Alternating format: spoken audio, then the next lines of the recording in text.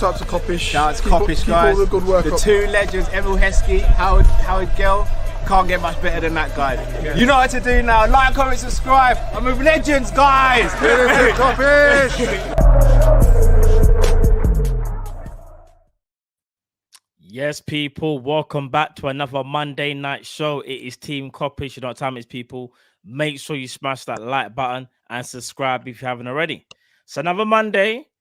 Liverpool not so much in the headlines, but maybe one of our players are. We're going to speak about Trent Alexander-Arnold and the comments that got spoken about, or should I say we need to discuss this evening or even this morning whenever you decide to watch this.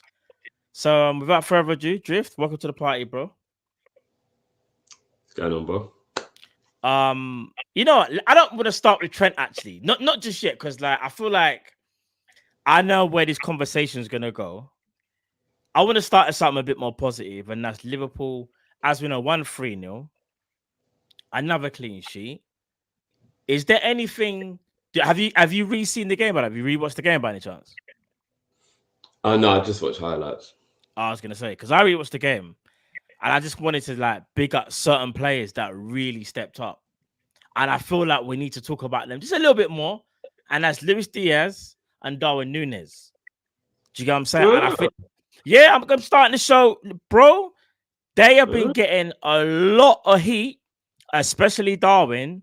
And I saw the goal. I've seen it how many times now, bro? And have you seen the way how Darwin even celebrates, bro? Like the relief, like the joy, like, bro. Do you know how much he loves Liverpool? It's actually kind of bad, you know. You can see it. It's written all over him. Yeah, it's just a shame it's not reciprocated by more people. You know what I mean? So it is what it is, man. You know already how I feel about the situation, fam. Yeah. You know what it is already. I've said it loads of times. He's super talented. He just hasn't quite found his way yet. But there's a lot of people that just think he's crap. We should have got rid of him, all that kind of stuff. So yeah, but you know, I don't really want to touch on the Nunez thing. I'm gonna let him do his thing. But I mean, if you want to talk about it for a little while, then go through, because I see the toxicity kicking in whenever I talk about it. People seem to always think that I'm making excuses for him and all that kind of shit. So, I mean, you tell me, bro, are you capable of scoring a goal like the one he scored and a lot of other goals he scored for Liverpool if you don't have talent? Not really. So I think it's obvious that the inconsistency with his talent is more of the issue than him being good enough. And I will actually be on the side of the people that have that feeling. His consistency is what is the problem. Sometimes you get 10s from him, sometimes you get 4s out of him, and it's like, let's try and keep it a little bit more consistent with the finishing. Yeah. But people have doubted his talent. And that's the part I've always had the problem with. I haven't had a problem with people being annoyed. And you can even second that, because I've never sat here and said, I don't get where people are coming from, that the easy chances he's got to lower and he's got to put a lot, like concentrate, whatever it is, to put away some of those chances that are actually easy chances that he should be getting. I've never, ever had any qualms. No one can ever go through any history books and find me not accepting that is a valid reason for people to be annoyed. It's the people saying he isn't talented enough and he's a waste man and all that kind of stuff. That's the people I've always had a problem with. And you don't score goals like he did at the weekend, or that Bournemouth screamer he scored in the League Cup in his first season, or when he chipped the Brentford goalkeeper. You don't score goals like that if you're some waste man who's got no talent.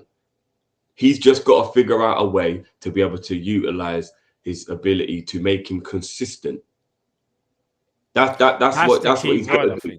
He's got to just find a way to, in front of goal, be consistent. Because I'll probably say his effort is always consistent. He's always 100%. Yeah, he's never. I think Virgil said he's never shying away.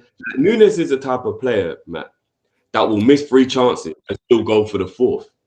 Do you get what I mean? And even if people can be annoyed that he's missed the 3 chances, which is understandable, it's also commendable to go for that 4th when you already know you're in the mud. You've missed 3 chances. A lot of people shy away. A lot of characters get a little bit withdrawn at that point.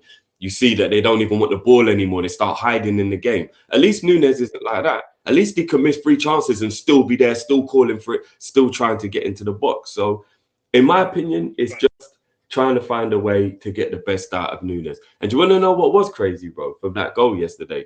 Because obviously I've watched it back. I watched back the highlights. Do you know that goal? Because here's the thing, people only, I've noticed since Klopp left, anytime people have made any comments about Klopp, it's always been in shade.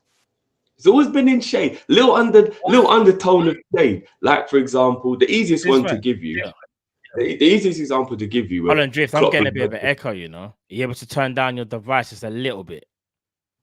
Okay. I'm getting some feedback. Yeah. Hold on. Is that a Let little me bit try better? again. 1 2 1 2. Check. 1 2 1 2. Yeah, it's good. We're good. Cool.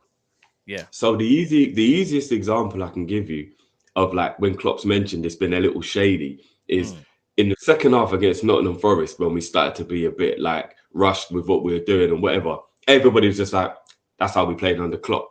But they're saying it in a derogatory way because they don't like what we did. So it's just like, that's some Klopp shit. Why are we still doing that? Drift after stop. So what All right. I want to say is that goal we scored yesterday, the Nunez goal, that's a Klopp goal. Can we reference Klopp in good ways instead of always the shady ways? Nobody said that. That was a Klopp goal. That goal we scored yesterday, the third goal, that is a Jurgen Klopp goal. Positive. But nobody said, so Jurgen Klopp. So I'm just saying, keep the same energy on both sides. Keep the same energy on both sides. That's all I'm saying.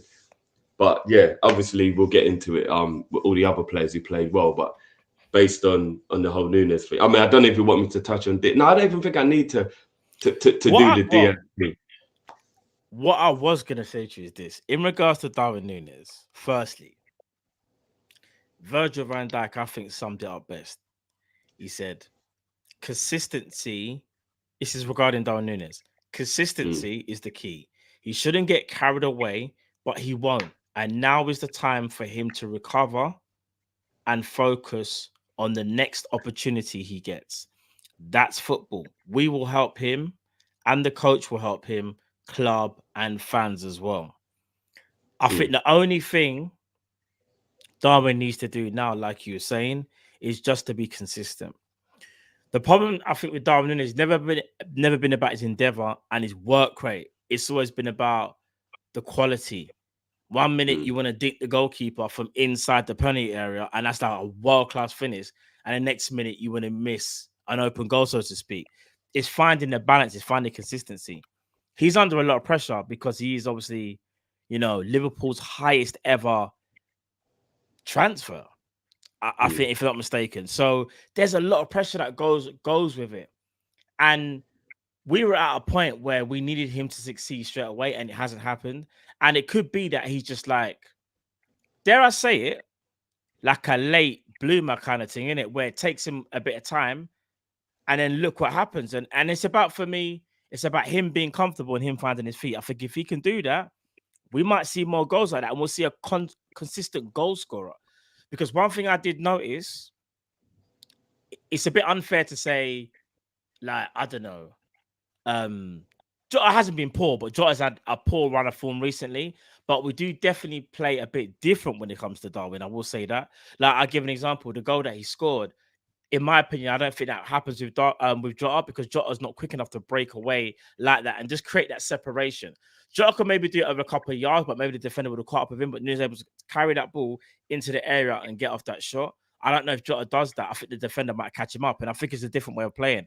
And I think Slot has realised that, and now he's probably thinking, if I can get more out of you, because again, I'll be with you as well, bro. I actually think, spoiler alert, Darwin should start on Wednesday. Like, I don't think you should drop him. I think you should start him on Wednesday. Who cares about the competition? You want man to kind of like be in the zone. Let him be locked in. Don't, because this is my little bit of a thing. Funny enough, we're going full circle now. Bare praise to Luis Diaz. Bare praise. Arguably, on form, best winger in the Premier League on form right now. I don't know another winger that's better than him on form right now. I know it's only 5 games, but that's what I'm saying, form. I'm just saying form. No, but let's not. But I want to say this, but I was a little bit annoyed. I don't know if you was. That Gakpo had that amazing game. Gakpo even got an assist against Milan. And I know it's unfair to Diaz because Diaz came off not a great game at Forest. Gakpo answers the call, but Gakpo gets benched. Because when I saw the starting lineup, I was like, Why isn't Gakpo starting? Gakpo the stormer. And it is kind of hard to keep the levels of those players very high if you have a great game and you don't play next game. I don't know what your thoughts on that. Yeah, no, I think we spoke about it at the time as well. It was very unfortunate that he wasn't picked after having such a good game against Milan. But as you mentioned also, Diaz's only bad game this season was the Nottingham Forest game. So it would have been very unfair on him also that he's having a good season and then he's dropped. Do you get what I mean? So it was a bit of a dilemma, but it's a good dilemma because the dilemma is based around having two players that are both talented, which is what having a good squad is all about, right? And hopefully you can give them enough game time each that they can continue their form without being upset. So that's the key. That's on the slot. What I will say, and people know that I haven't been that this is literally not me being like hyperbolic or aghast or getting overexcited. I've been saying this the whole time. Diaz is another one I really couldn't understand people questioning the talent. I can understand questioning the overall goal contribution in terms of consistency. But again, it was like people are like they're doubting the talent. That's when that's what my annoyance. Drift. I have to say, Drift. Bruv, I'm hearing them say things like one trick pony. If you reference somebody with Drift, I don't know about that, you know. Being derogatory and you are saying that the man is basic. That's what you're trying to question the talent, Drift. I think they questioned has he got the production? Because remember, I've even said it like I said with Diaz. I've always been categorical, bro. I've always said like, and maybe I know you're speaking about me, but I think maybe other people have, but I've always said it's not about the talent, it's about production. Because remember, my whole argument was I think Gakpo gets more production if he has the same amount of minutes as Diaz. Do you get what I'm saying? I don't know how many people will question his talent because I remember people saying he's talented, but his final decision is poor. And this is one of the reasons why a lot of people wanted Anthony Gordon to play. Do you know what I'm saying? So anyway, back to the point I was going to make, and I don't care how many people disagree with me. It is what it is. Luis Diaz is the best left winger in the league. You can come at me all you want. That's fine. Yes, there's been a slight consistency with his finishing, but he's the best left winger in the league. And everyone who's saying that he's not good enough to play for Liverpool and he's a one-trick pony and all that kind of stuff, I'm just confused. And again, like I said, yes, his overall Premier League stats weren't the greatest, but he's still a winger that got something like 16 or 17 goals last season or something like that in all competitions. And I don't know if you include his assists what his GA was, but I'm guessing it might be 20 or above. So even if he didn't have a great season, a player who's got like a GA of like 20 or somewhere around there, and he's got like 15, 16, 17 goals in all competitions, how's he a waste man who's not good enough to play for Liverpool? Like, I was just confused. Agree. Yeah. I was just confused at the statements that are being made about Diaz. It's just crazy. And to say that you would swap him in a heartbeat for Gordon, which a lot of people would do. A lot of people were, yeah. Look, I don't know. And again, I want to make it clear as well because Diaz on form right now. And again, remember it's 5 games. If we get even close to like January and this brother's got like 10 goals or something, we're going to have a real conversation. It is one thing I will say is very early, but you're not wrong in what you're saying because it's like me saying, and I genuinely believe it, this brother right here, Ryan, this brother right here, right now, for me personally, is the best CDM in the league right now. But I have to caveat that and context say, but it's been 5 games. It's just that in those 5 games, I think he has been the best. I can't say he's the best DM in the league. I can't say that. But one thing I can say is on form, I think he is the best player since the season has started. And for me, there's nothing wrong in saying that. And I think you're right for saying that with Diaz, bro. He's the best left winger. The best left winger. He's the best winger in the league so far. Yes, it might be only 5 games, but the point is he's still the best. It's just a short span. But let that span get longer and see what happens. No, you're right. You're 100% right. But in terms of talent, he's the best left winger in the league. There isn't a more talented left winger in the league than Luis Diaz. It's just nice now that he's also adding the form. The only other person that can even get close to talent is I say Jadon Sancho, but the problem is Sancho is that Sancho's not explosive. Sancho's not as explosive, and he's more like a 10. But just in talent wise, maybe Sancho. I mean, he's more of a right winger, Sancho, isn't he? Than anything. I say he plays more left because he likes to cut in a lot. And I don't think he's anything talented as Diaz. Personally, I know he's talented.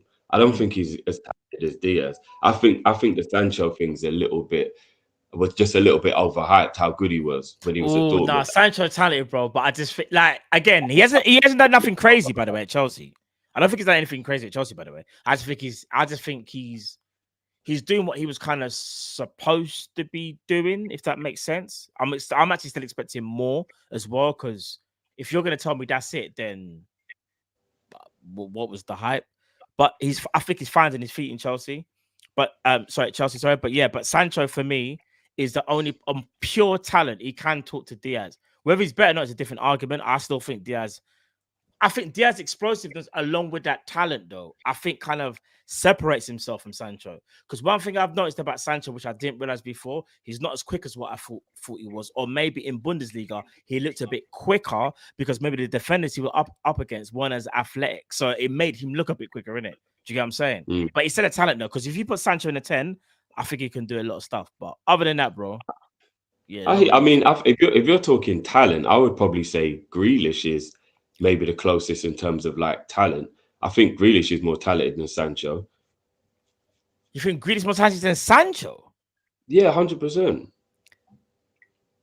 No, I think Sancho's more naturally talented. Don't think about the Grealish that's been coached into a system. Think about the Grealish who's just free. Bro, he's super talented, bro. Bro, I think Sancho's more naturally gifted. He's more naturally gifted. He is. Nah, I don't think so. But it's one of them things where, like, you know, when we say like you can always tell a footballer's like pure talent, like cage football. You put Sancho in a cage with Grealish is getting spun. I don't think. Trust me, bro. Bro, in a cage where like you haven't got to do like long running, like, bro, trust me, Sancho and Grealish, bro. I'm gonna be honest. Sancho's kind of clear Grealish. You know? Nah, Grealish is a street baller, bro. You're wrong, bro. Sancho, this is what he does. He ain't getting cooked in a one-on-one with Sancho. He's not, bro. Bro. But I'm anyway, telling you from now. But anyway, we're deviating from the point. But no, going back to Diaz though, bro. 100%. I think he's on form right now, undroppable, and long may that continue, bro. Long may it continue, because one thing I don't want us to do though is get carried away though, because again, it's just been 5 games. Yeah. It's 5 games. Do you get what I'm saying? Yeah, of course.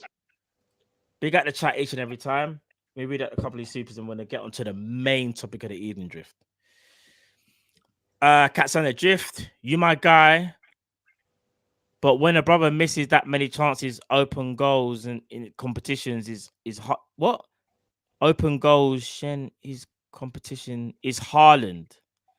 Isn't hate, it's standards. Nobody is shading. All right, so he's basically trying to say the reason why he had that opinion of Nunez is because of what he literally just said. He misses too many chances and open goal, which is a fair thing to say. But at the same time, you've also got to praise someone when they start doing the right things. I think there's always going to be 2 arguments of Darwin Nunez, because some people will say, what was it? What did he get last season? Was it 16 goals? Is it 16? 18? No, 21 goals.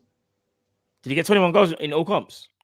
If he got 10 assists and he got 32, so if he got 11 assists and he got 32 GA, then that would be 21 goals, wouldn't it? I feel like he only got 16, Drift. I'm sure it was 11 assists and 21 goals, because remember, he had a GA of 32. So I'm just doing a quick maths on it. I could be so wrong here, bro. But my brain says, oh no, he got 18. So he got 18. Okay. So he got 18 in 54 and 11 in 36 in the league. Not amazing, but at the same time, it's not. I just think people are saying it's crap only because of he cost 85 mil and maybe people expected. And I understand that for him to get 20 in the league.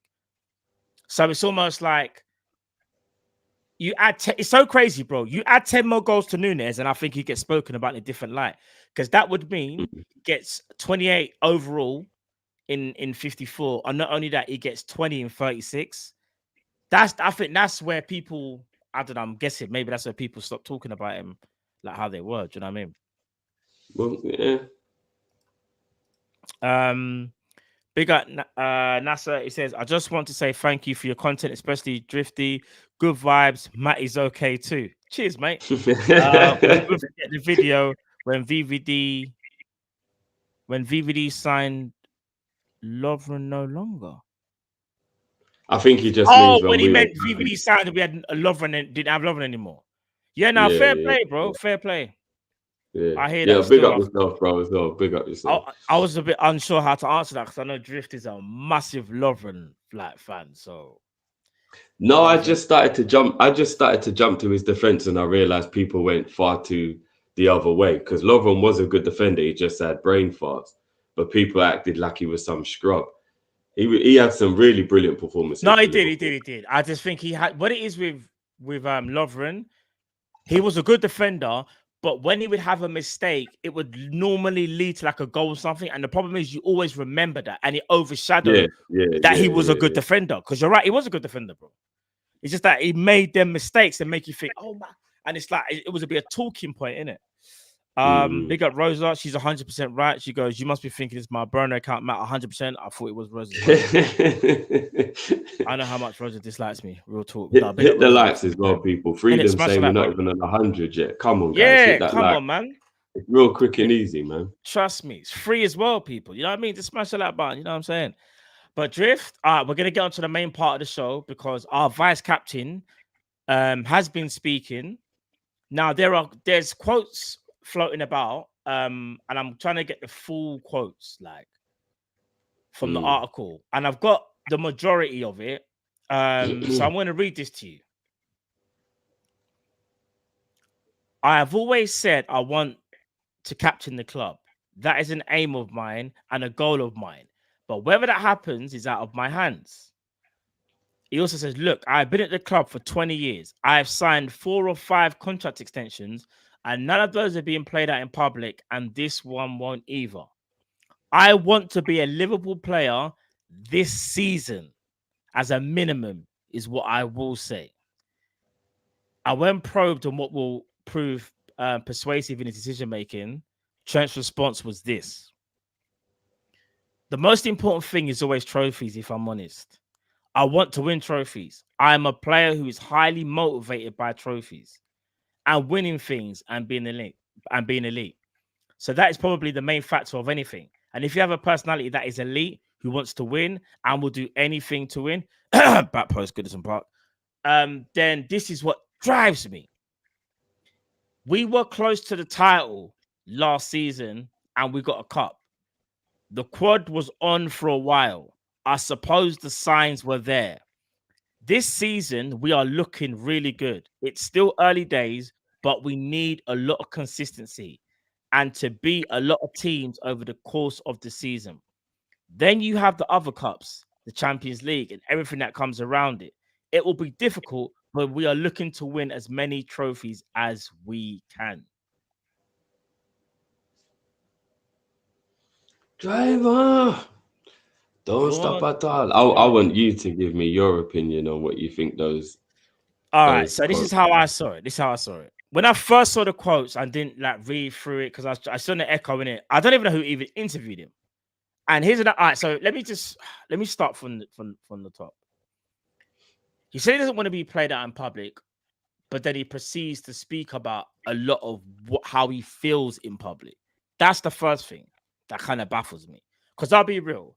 If someone asks you about your future, you can just say, listen, I'm not really going to speak about that now. I just want to focus on the season. You're allowed to do that. You actually are allowed. There's no crime. Liverpool are not going to fine you if you say that. So that's the first thing. Secondly, he goes on to keep speaking about trophies, which I understand. But it's almost acting like Liverpool's ambition isn't to win trophies, which makes me think he's alluding to FSG, not necessarily Slot or the players. It's FSG, the ambition. Because he kept on saying about elite mentality and wanting to win. And it made me kind of think, all right, is he being a little bit shameless here? Is he trying to like let on that like Liverpool might not be in for those trophies because of where we are right now. And maybe he sees us, we're in a rebuild, and maybe he doesn't want to stick around for a rebuild. So it made me think to myself, is he basically trying to say FSG isn't matching his ambitions? Because if I'm being honest, if he is saying that, and I don't know if he is, but I think he is, he actually has a valid point, and he's right to call out the club for that. The only thing that you don't want to see, though, bro, is one of your best players come out and say that. And we've been advocates for this. We've seen what the club has been wanting to do, Drift. And the reality is, we sat back at the end of the summer window going, we didn't do enough. And we all, me, you, and Cal, sat there and said, bruv, all we had to do was go and get get a DM and get a centre back, and we might be all right. For me, Drift, he's talking a little bit like, I think I'm gonna go, you know, and I wanted to be the captain. I wanted to do this, and I could be so wrong, but I've got a funny feeling he's alluding to the club not matching his ambition, Drift. And I have to be honest, bro. On hand of hearts, I don't think we are. And do you know what else I think he's looking at? He's looking at Salah. He's looking at Van Dijk, two of the biggest important players that's been in his career. And he knows at some point they're going to be in pastures new. And he's looking around thinking, are Liverpool going to do enough to make me feel like it's good enough? Because Drift, if we have another summer, imagine Virgil leaves and say we get no centre back, the club are waiting for the perfect profile. Say Salah goes and we go and get someone who's just nowhere near good enough. And Trent goes and signs that extension. You know he's going to feel like shit, right? You know he's going to sit there thinking, yeah, I got peas, got the bag, but my team's not competitive. Yeah, I mean, I look at it a little bit different to you with regards to. I think it's about FSG, but yeah, go on, bro. How do you? Because I know you said you think it sounds like he's going to go. So I don't quite think that. I think he's kind of done a little bit of a similar thing to what Mo did, where he's kind of just made it obvious without actually coming out and literally saying anything disrespectful so that it can come back on him from the club itself, that they're just not really talking to me. Like the conversations aren't the way they should be. When he said he doesn't play out in public, I think he means things like length of contract, how much he's going to be offered, all of that kind of stuff. I think he means that when he says it's always been behind closed doors and it will always remain that way. I don't think he means just generally talking about it in any way, because that's just general life, isn't it? Just talking about whatever it is in football. So I think he more means it won't be public knowledge what the discussion is actually about, which will consist of things like bonuses, wages, length of contract, all that kind of stuff. So I'm not as worried as I think some other people seem. The one thing I am worried about is the common denominator here is the club, is FSG, is Edwards. And I think that's the part that's worrying me a little bit, because Virgil, not so much, but Salah and Trent have definitely basically let us know that the actual club isn't really hollering at me, you know. I mean, Salah actually said it. He was just like, I haven't been approached as far as I know. I'm done here at the end of the season. And Trent, from some of the quotes you just said there, is almost alluding to it's the club stalling. Do you know what I mean? I think it's that period where you went, I want to be a Liverpool player for this year at least, but the club haven't spoke to me or something like that. I think you said something like that in the quote that you said. What was the quote? There was something you said that sounded to me like he was basically kind of letting us know the club haven't really had a proper conversation with him about it. Where is it? He says, here we are. I've always said, no, that's it. Come on,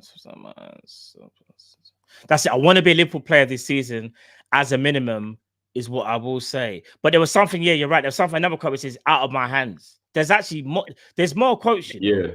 I wonder there was something like that, like it's out of my hands, or something that's kind of like he's alluding to the club itself hasn't made a proper approach to him, basically. That's what it sounds like. And the fact that Mo said it means it probably is true, right? It probably is a situation where the club are just faffing about with these contracts. I found another quote. I have always said I want to captain Liverpool. That is an aim of mine and a goal of mine. Whether that happens is out of my hands, to be honest.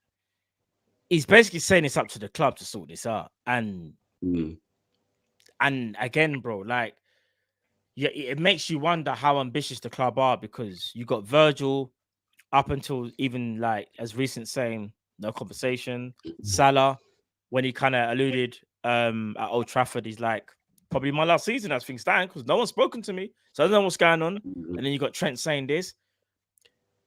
It's so Liverpool to start the season well, not amazing. I'm going to say well because we lost to Nottingham Forest. I'm going to say well. We're in second place. We're only 1 point behind the leaders, Man City. Other than the blip against Nottingham Forest, everything else has been so good, bro.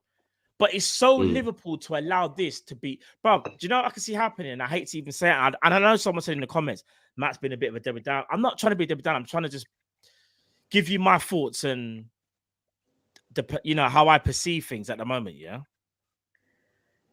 this could be another distraction for the season. We already had a distraction with Jurgen Klopp leaving, bro. Do you get what I'm saying? And that was an emotional attachment that we have with Jurgen Klopp as players, as fans, and that I think that definitely was a part of the reason why we fell off. Like at a certain point, it just got a bit much. Like week in, week out, managers going, emotions running high, people trying to bottle up their emotions, get through it. They're professionals, but they're still human beings. What worries me now, bro, is that all these players talk. They're all friends. They all talk. Bro, it's like if we all work together, yeah. Like, say there was me and you and Kyle worked in the same retail place. You man are gonna know my situation if we're brethren. I'm gonna tell you, man, straight. You're right, Ruba. I'm handing my notes tomorrow. You man will know that, and you might think to yourself, if Matt's Scan and Kyle might believe in as well, I might just cut. You can do the stand behind the till and, do you know what I'm saying, do your job, but deep down that's gonna play on your mind because you're thinking about other things. I think this is where we get carried away in terms of footballers and just think they're robots that just play on the pitch. The other players will catch wind of what's happening, and that could be a massive distraction, bro. Because I'll be real, the reason I say this is because in January, Salah, Trent, and Virgil will be able to speak to other teams, bro. And once other teams get their claws in,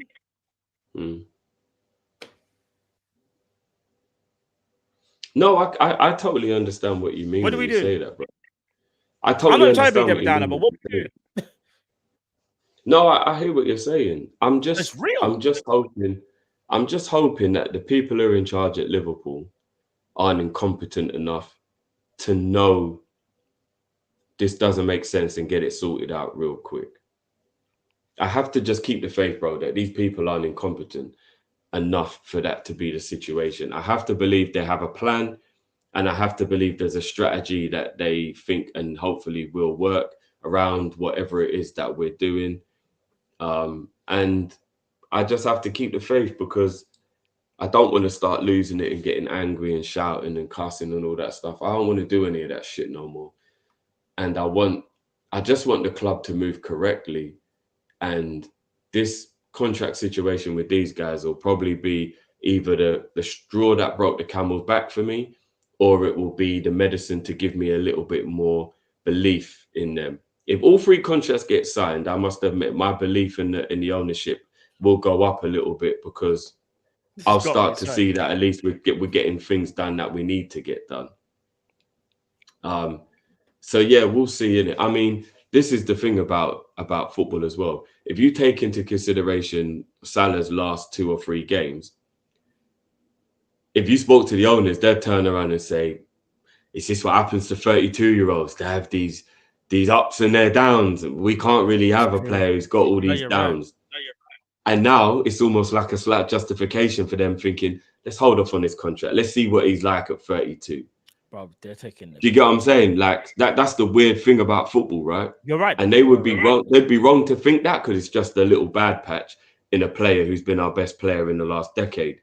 But it's like they will see it as validation for their thinking because this isn't going to happen. But let's say Salah kept playing this way, the way he's played for the last 3 games. Matt, what if I said to you, he's going to play like this until December the 20th? how he's played in the last 3 games, he's going to play like that till December the 20th. Yeah, Would you turn around and say that the owners didn't have a reason for concern of giving him a new contract? I mean, if Salah played like this till December, that's a different conversation. Because I think but that's what they're scared of.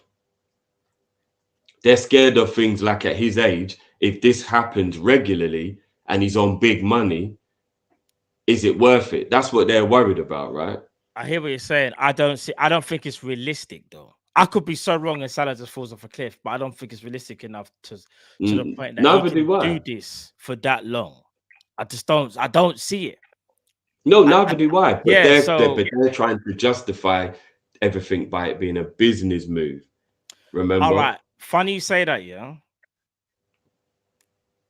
It is a business, but it's also about how I think Klopp said it as well, like about having the right footballing people. Even as having the right footballing people, you should be able to see the underlying stats that Salah might not be the same player he was, but Salah can and still will be immense at least for another 18 months. The only reason I think we're talking about Salah like this right now, yeah, that injury he had last year was the first major one he's had in a while, that hamstring. And that probably took him down a few pegs. If Salah don't get that, I reckon there's no debate, because I think he got that FSG are not willing to like sign off and cut the check. They're not willing to cut that check. But I just think, for me personally, if you let Salah leave, I just feel like it's, again, like Liverpool, when it comes to planning, bro, we're not the best planners. We like to think we are because we've got Mohamed that's ready for the door. But then when it comes to planning, you're telling me Zubimendi is the only DM in the whole wild like world that we can get. He's the only DM in the whole world that suits Liverpool. No one else. And it's not for me to, because some people say, who else can we get? But that's not for me though. They got the football. They have scouts, bro. Them and they have flipping the data guy, Will Spearman. That's his job. Yeah, he should be sitting on Football Manager, Y Scout, doing whatever he's doing, going to games and finding out who these players are. It's not for me to do. Do you get what I'm saying? But the club planning, bro, is what really it worries me, bro. It just does. It worries me. How can you have 3 of your best players all about to leave in the summer, and not one of them's even blinked yet? It screams to me of like an overconfidence from the club that once they want them to be here. Apparently, I'm sure they do. Yeah. It's an overconfidence that they all want to stay, and therefore it's no big deal. Do you get what I mean? Like that's kind of what it feels like, and I'm just not sure. I'm just not sure what the message is they're trying to put out, but we definitely need to make sure that we get these contract situations sorted out ASAP. We need to get. I don't want them to become a distraction, because, like you said, in January, when clubs like Juventus, Bayern Munich, Real Madrid can talk to these players legally, can talk to them without any permission from the club, you're like, why would we even let it get to the point where that can happen? It's probably happening through agents and dodgy streams anyway. Yeah, of course it is. But, super. But when it gets to January, the club can just raggle. Yeah, they can just do it. They could literally walk up to AXA and knock on the door and be like, yeah, we're here to talk to Salah. And there's nothing we can do about it, bro. Do you get what I'm saying? There's nothing we can do about it. So you're right. It's got to be done before the turn of the year. It has to be done before. We've got an international break coming up in a few weeks. They literally need to take that time to sort out all 3 contracts. That's literally what they should do. They should sit them down at some point during that international break. I know they go away, but they should try and sit them down at some point in that international break and have a proper conversation and get some things on the go and get this shit hashed out, because next thing you know, we're in November. Next thing you know, it's December, and then these men can talk for free. So, yeah, but I'm concerned. I've been concerned for ages about this situation, and I don't really know. I just don't know what the club are playing at. But with Liverpool, there's always a side plot. There's always a side mission. Like, we can never just do the main mission. It's like it's so frustrating, man. Like, sometimes there's always something going on, and it's football, in it. But you would have just hoped by now that at least 2 would have signed, or at least 1.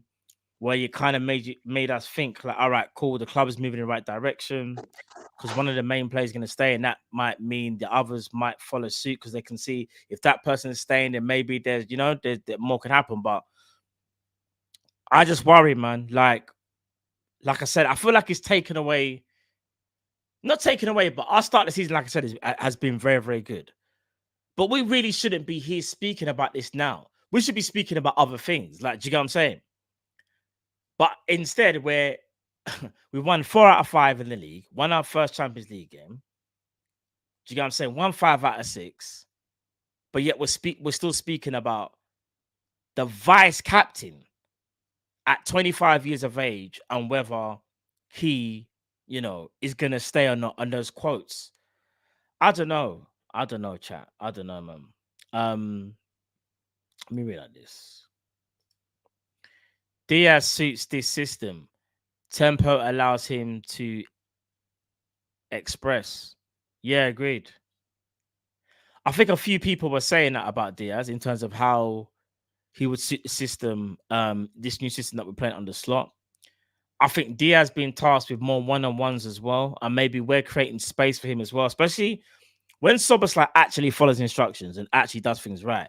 Szoboszlai likes to drift to the left, and it's like we get the overload on that side, and it allows Diaz a bit more freedom as well, even to cut inside. So it is a smart way of utilizing Szoboszlai at times when he actually does do that. So I agree. I think the system does suit Diaz, definitely.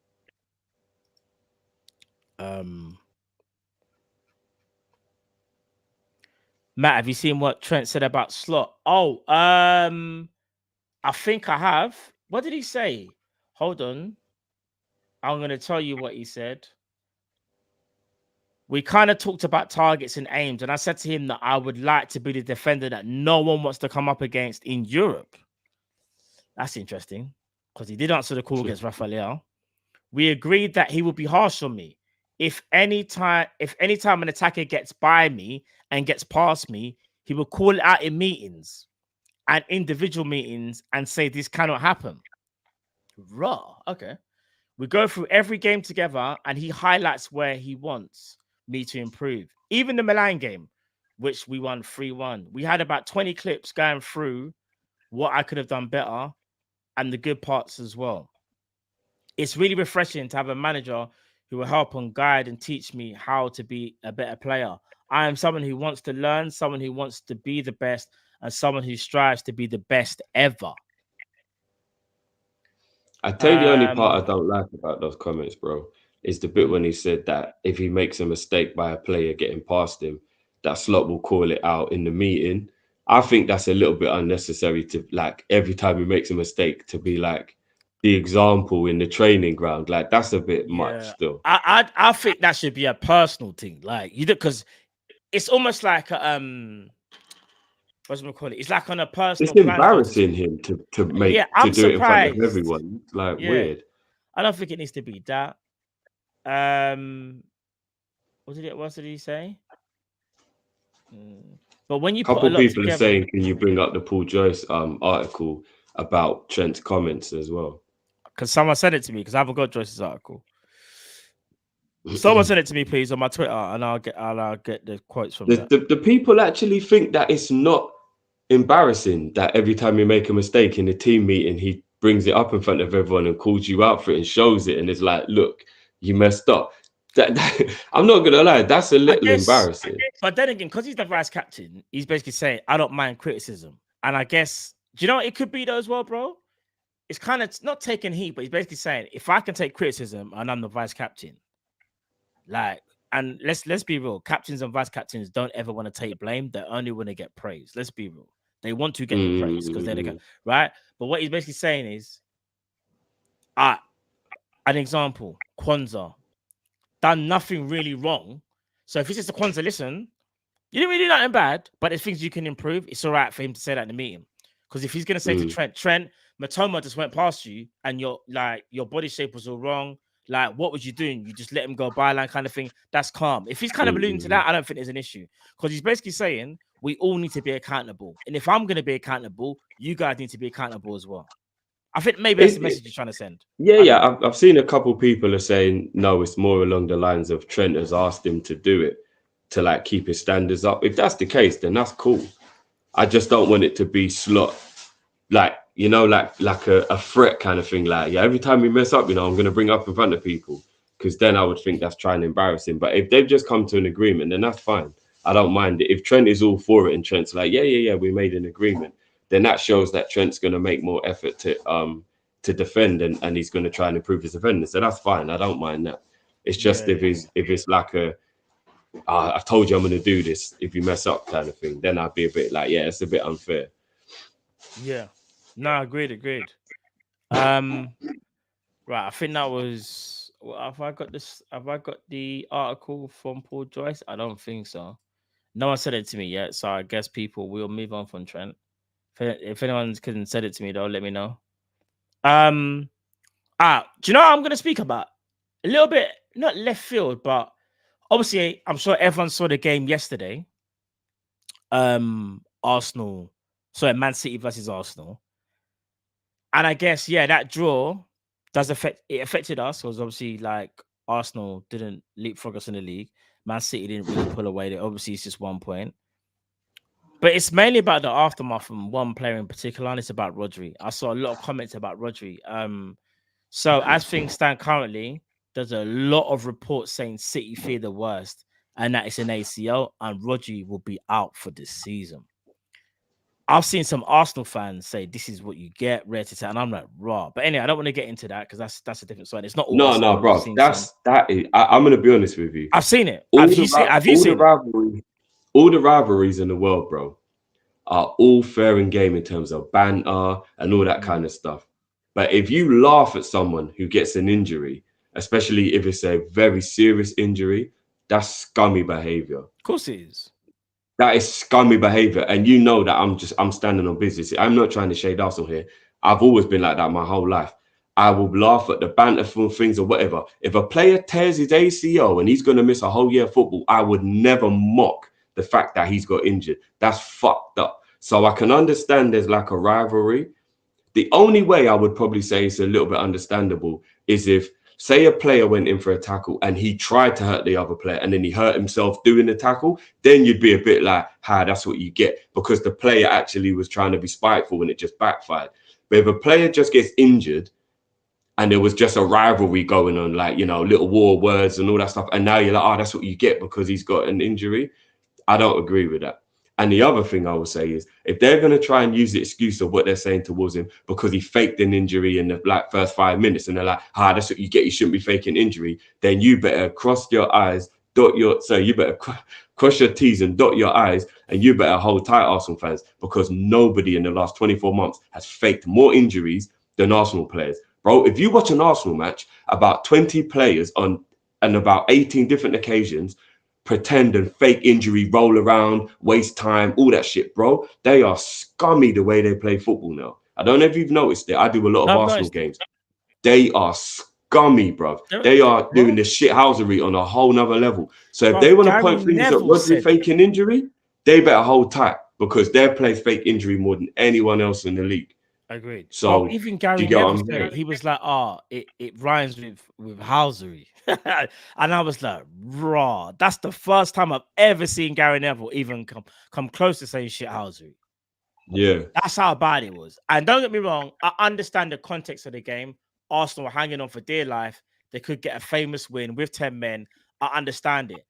But there gets to a point where it's like, are we watching a football game here or a simulator? Like, because this is getting a bit stupid. Like, Raya goes down about 4 or 5 times. Pause. And don't get twisted. That is his shithousery manager's tactics, because he knows the goalkeeper is because people haven't even clocked onto this, but I did. The goalie's the only player on the pitch who can't be removed if there's an injury. If any other player has the physio come on, they have to come off the pitch for 30 seconds. You're right. But the goalkeeper is the only player that the game has to stop. So if you watch Arteta's shithousery, Raya fakes an injury, and then Arteta gets everyone in and starts giving out all the extra information he wants to give them while Raya pretends he's injured. And it happens every fucking game, bro.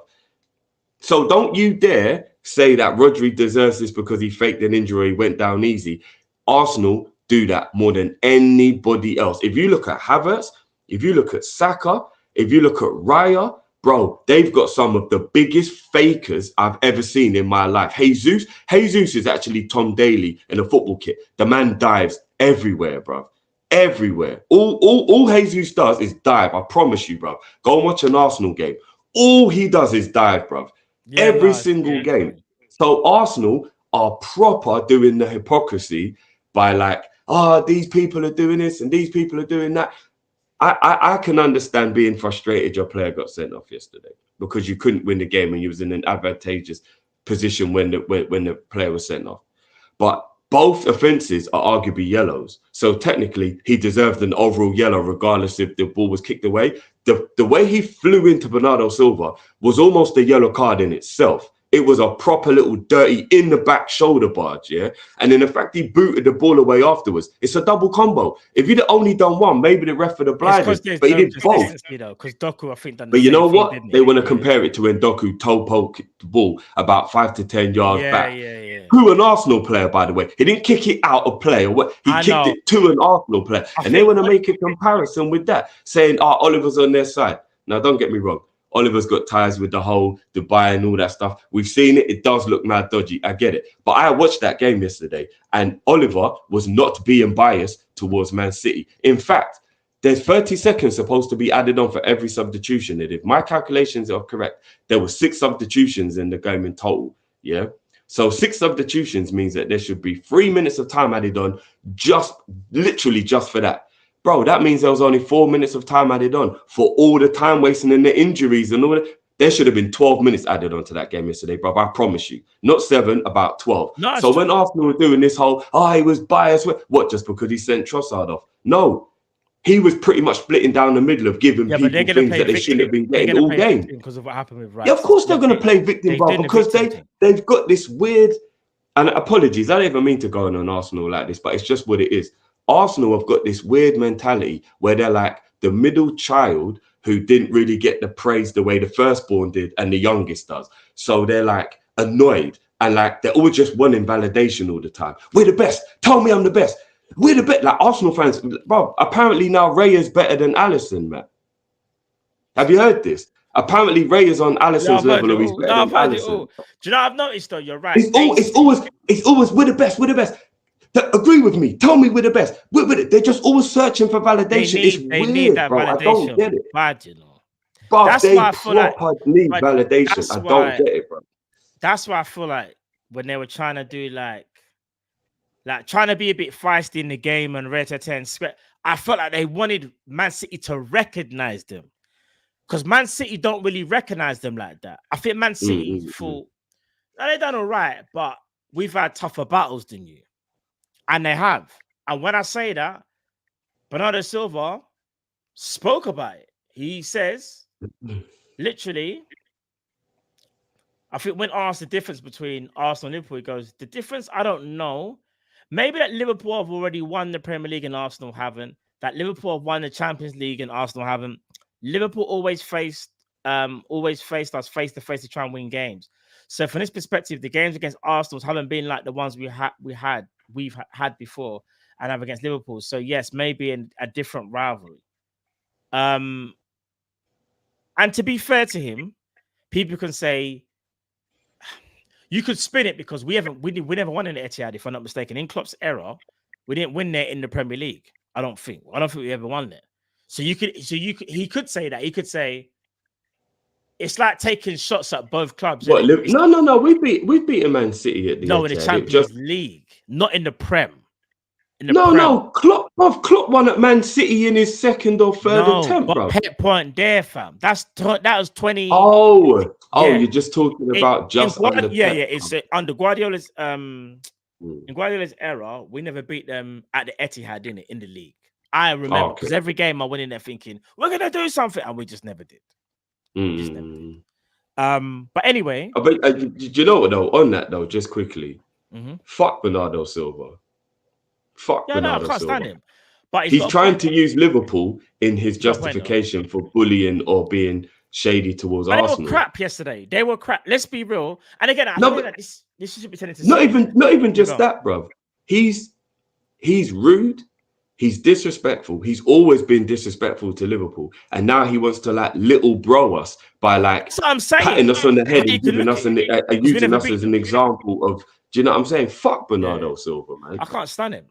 He's a rat, bro. Fuck I Bernardo can't stand Silva. him, but he's got a point. When I say as a point in terms of how the two teams approach the game. They approach the game because Arsenal don't want to lose. There's a difference between not wanting to lose and wanting to win. Arsenal always approach Man City as we don't want to lose. They don't approach it as they want to win. We wanted to win. Hence why we probably lost too many times. Because we never went there thinking we can't lose. We always went there thinking, no, we're going to back them up. And that was to our own detriment. What I was going to say, though, and this is the reason why I haven't brought up Man City, is Rodri being out with an ACL, does that change things for you, Drift? That injury there for you? It doesn't change anything, as in I always thought Liverpool or Arsenal would be the one that would win the league this season. So it doesn't change my outlook. Who did you have as the favourites this season? Us. No, not the favourites. I just think that we will win it. I know we're not the favourites, but I just think we'll win it. Arsenal now. Yeah, that's what I meant, sorry. Arsenal now, like in the overall spectrum, if I was looking at it logically, Arsenal would be the favourites right now. They've been to City away. They've been to Tottenham away. They've been to Villa away. So arguably, Stamford Bridge and Anfield are the only two hard away games they got left. I know Man United fans are going to get their back against the wall for that, but Man United at Old Trafford ain't it anymore. Unless they dramatically get better. Yeah, I heard that. Man United at Old Trafford ain't it right now. So I would say Stamford Bridge and Anfield are the only two real hard games they got left away. That's very advantageous for them, bro. They've got 3 of their hardest away games out the way. They didn't lose any of them, and they're only 2 points off the top. So I would probably make Arsenal favourites based on that right now, logically, if you was asking me to make a logical decision. I'd also factor in now that with the Rodri situation, City are definitely out of the title race for me. I think they'll be there or thereabouts because they're City, but in terms of the winners, they're still in it, bro. No, bro. I'll be honest with you. If you look at the way City play, I think it's very underrated what Rodri does in terms of his passing and his clutchness. We know he's a brute. Go and look at Kovacic's performance yesterday, and if they're going to play low blocks a lot, and that's what they're going to be doing, then they're going to drop more points than you think they are, because they just struggled with Kovacic there to just do like, do you know what I mean? Like, people forget Rodri does make penetrative passes, and he also gets on the end of things, and he's a threat from set pieces. Bro, when you watch Kovacic play, Kovacic isn't a goal threat at all. He's not a goal threat, and he's also not as good defensively. So they've dropped down a level. If Kovacic has got to play, bro, plus I don't think Kovacic at his age can give you 45, 50 games a season. I don't. But here's the thing. So what they're going to do? So for me, Man City will still be in the title race. I just don't think they're going to win it now, but they'll still be in the title race. So it's that's what I said. They'll be there or thereabouts. Now I just don't have any like faith in it.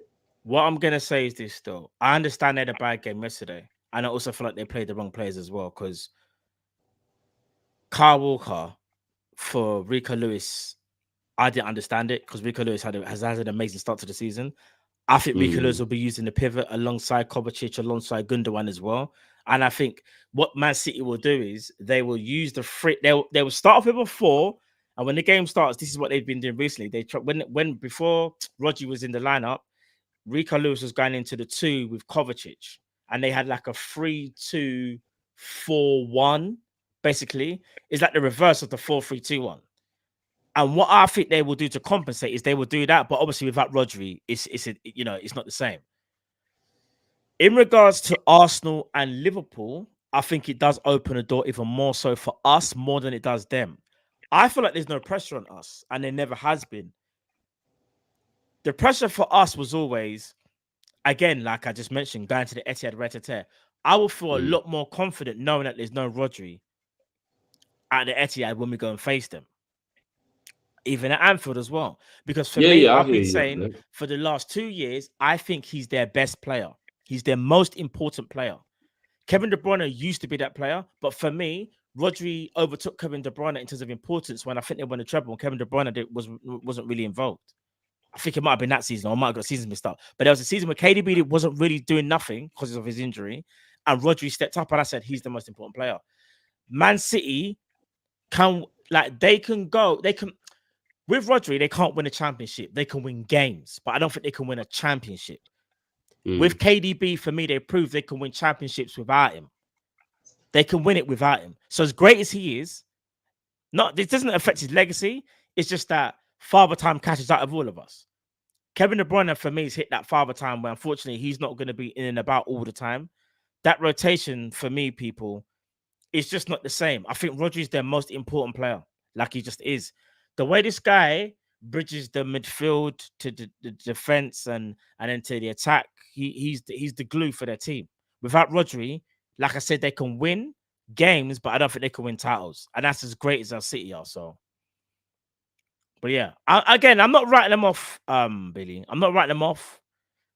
They'll be in and around. Like I'm not saying that they're just going to fall off a cliff. No. I just don't know if I call them the favorites anymore because of that Rodri injury. Like it's so vital. They're always going to be up there. They're always going to be a good team because they have good players and they've got the best manager. But just watching City this season, if they can turn it around, fair enough. And if there's anyone who can turn it around, it is them. But if you look at some of their performances this season, it is very much Haaland has just had some clutch moments and they've won the game. You go and look at that Brentford game as an example. Brentford should have been 2 or 3-0 up, and it was only because of Haaland how they managed to get out of that. Do you get what I mean? You look at the Inter Milan game, Haaland doesn't get a goal, game ends 0-0. Like they are very heavily reliant right now on Haaland in terms of their overall threat. And I think now they've lost Rodri, who was the other person they could rely on to make sure that, you know, they were solid in their way. It's a big ask. Could they cope without Rodri for 5 to 10 games? Probably. Can they deal with Rodri without Rodri for a whole season? No chance. Agreed. Because without Rodri, Man City are in a way worse position than Liverpool are, not getting Zubimendi.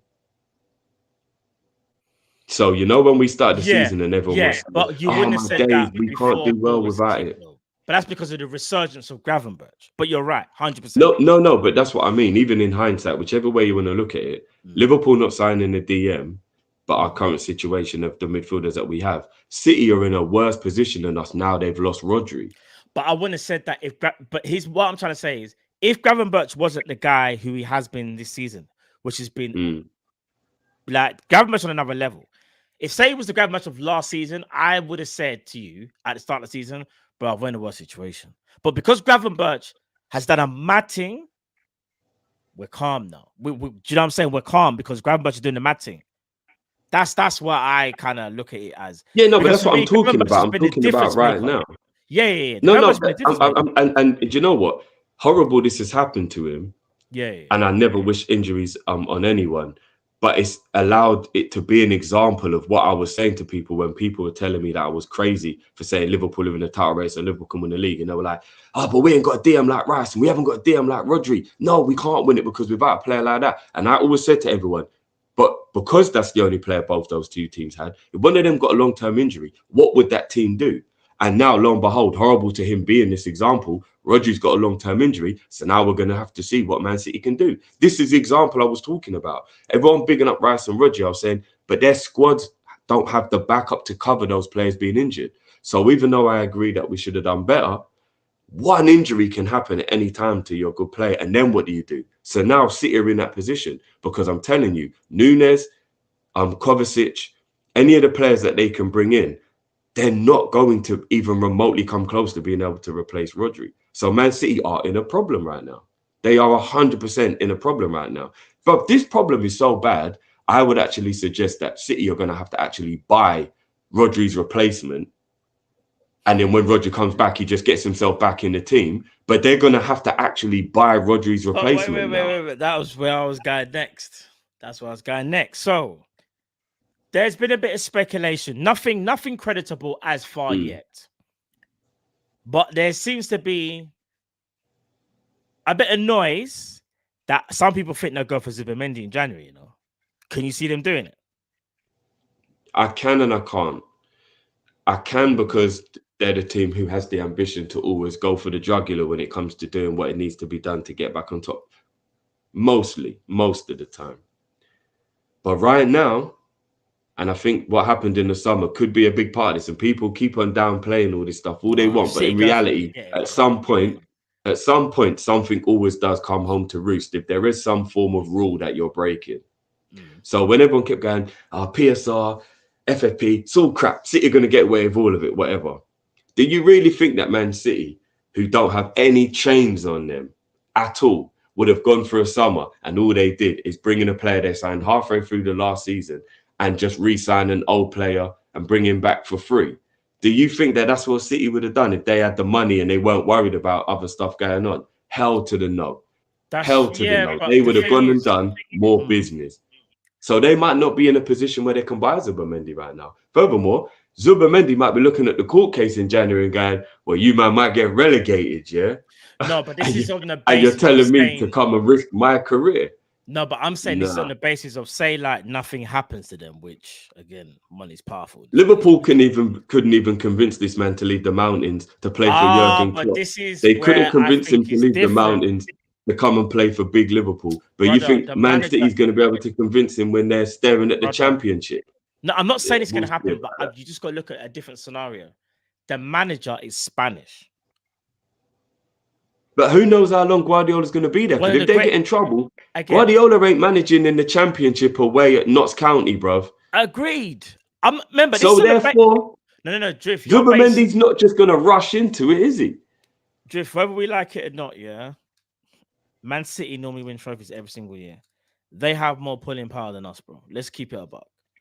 Unfortunately, but that's very much predicated. And they will pay him they'll pay him higher wages. Again, this is only predicated on nothing happens in the court case thing.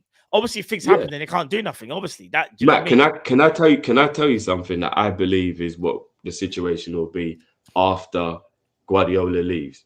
They've had their fun and they've been sensational under Guardiola.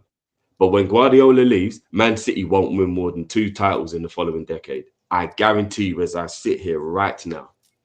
I think when Guardiola leaves, Man City will not win more than 2 trophies in the next decade after Guardiola's left.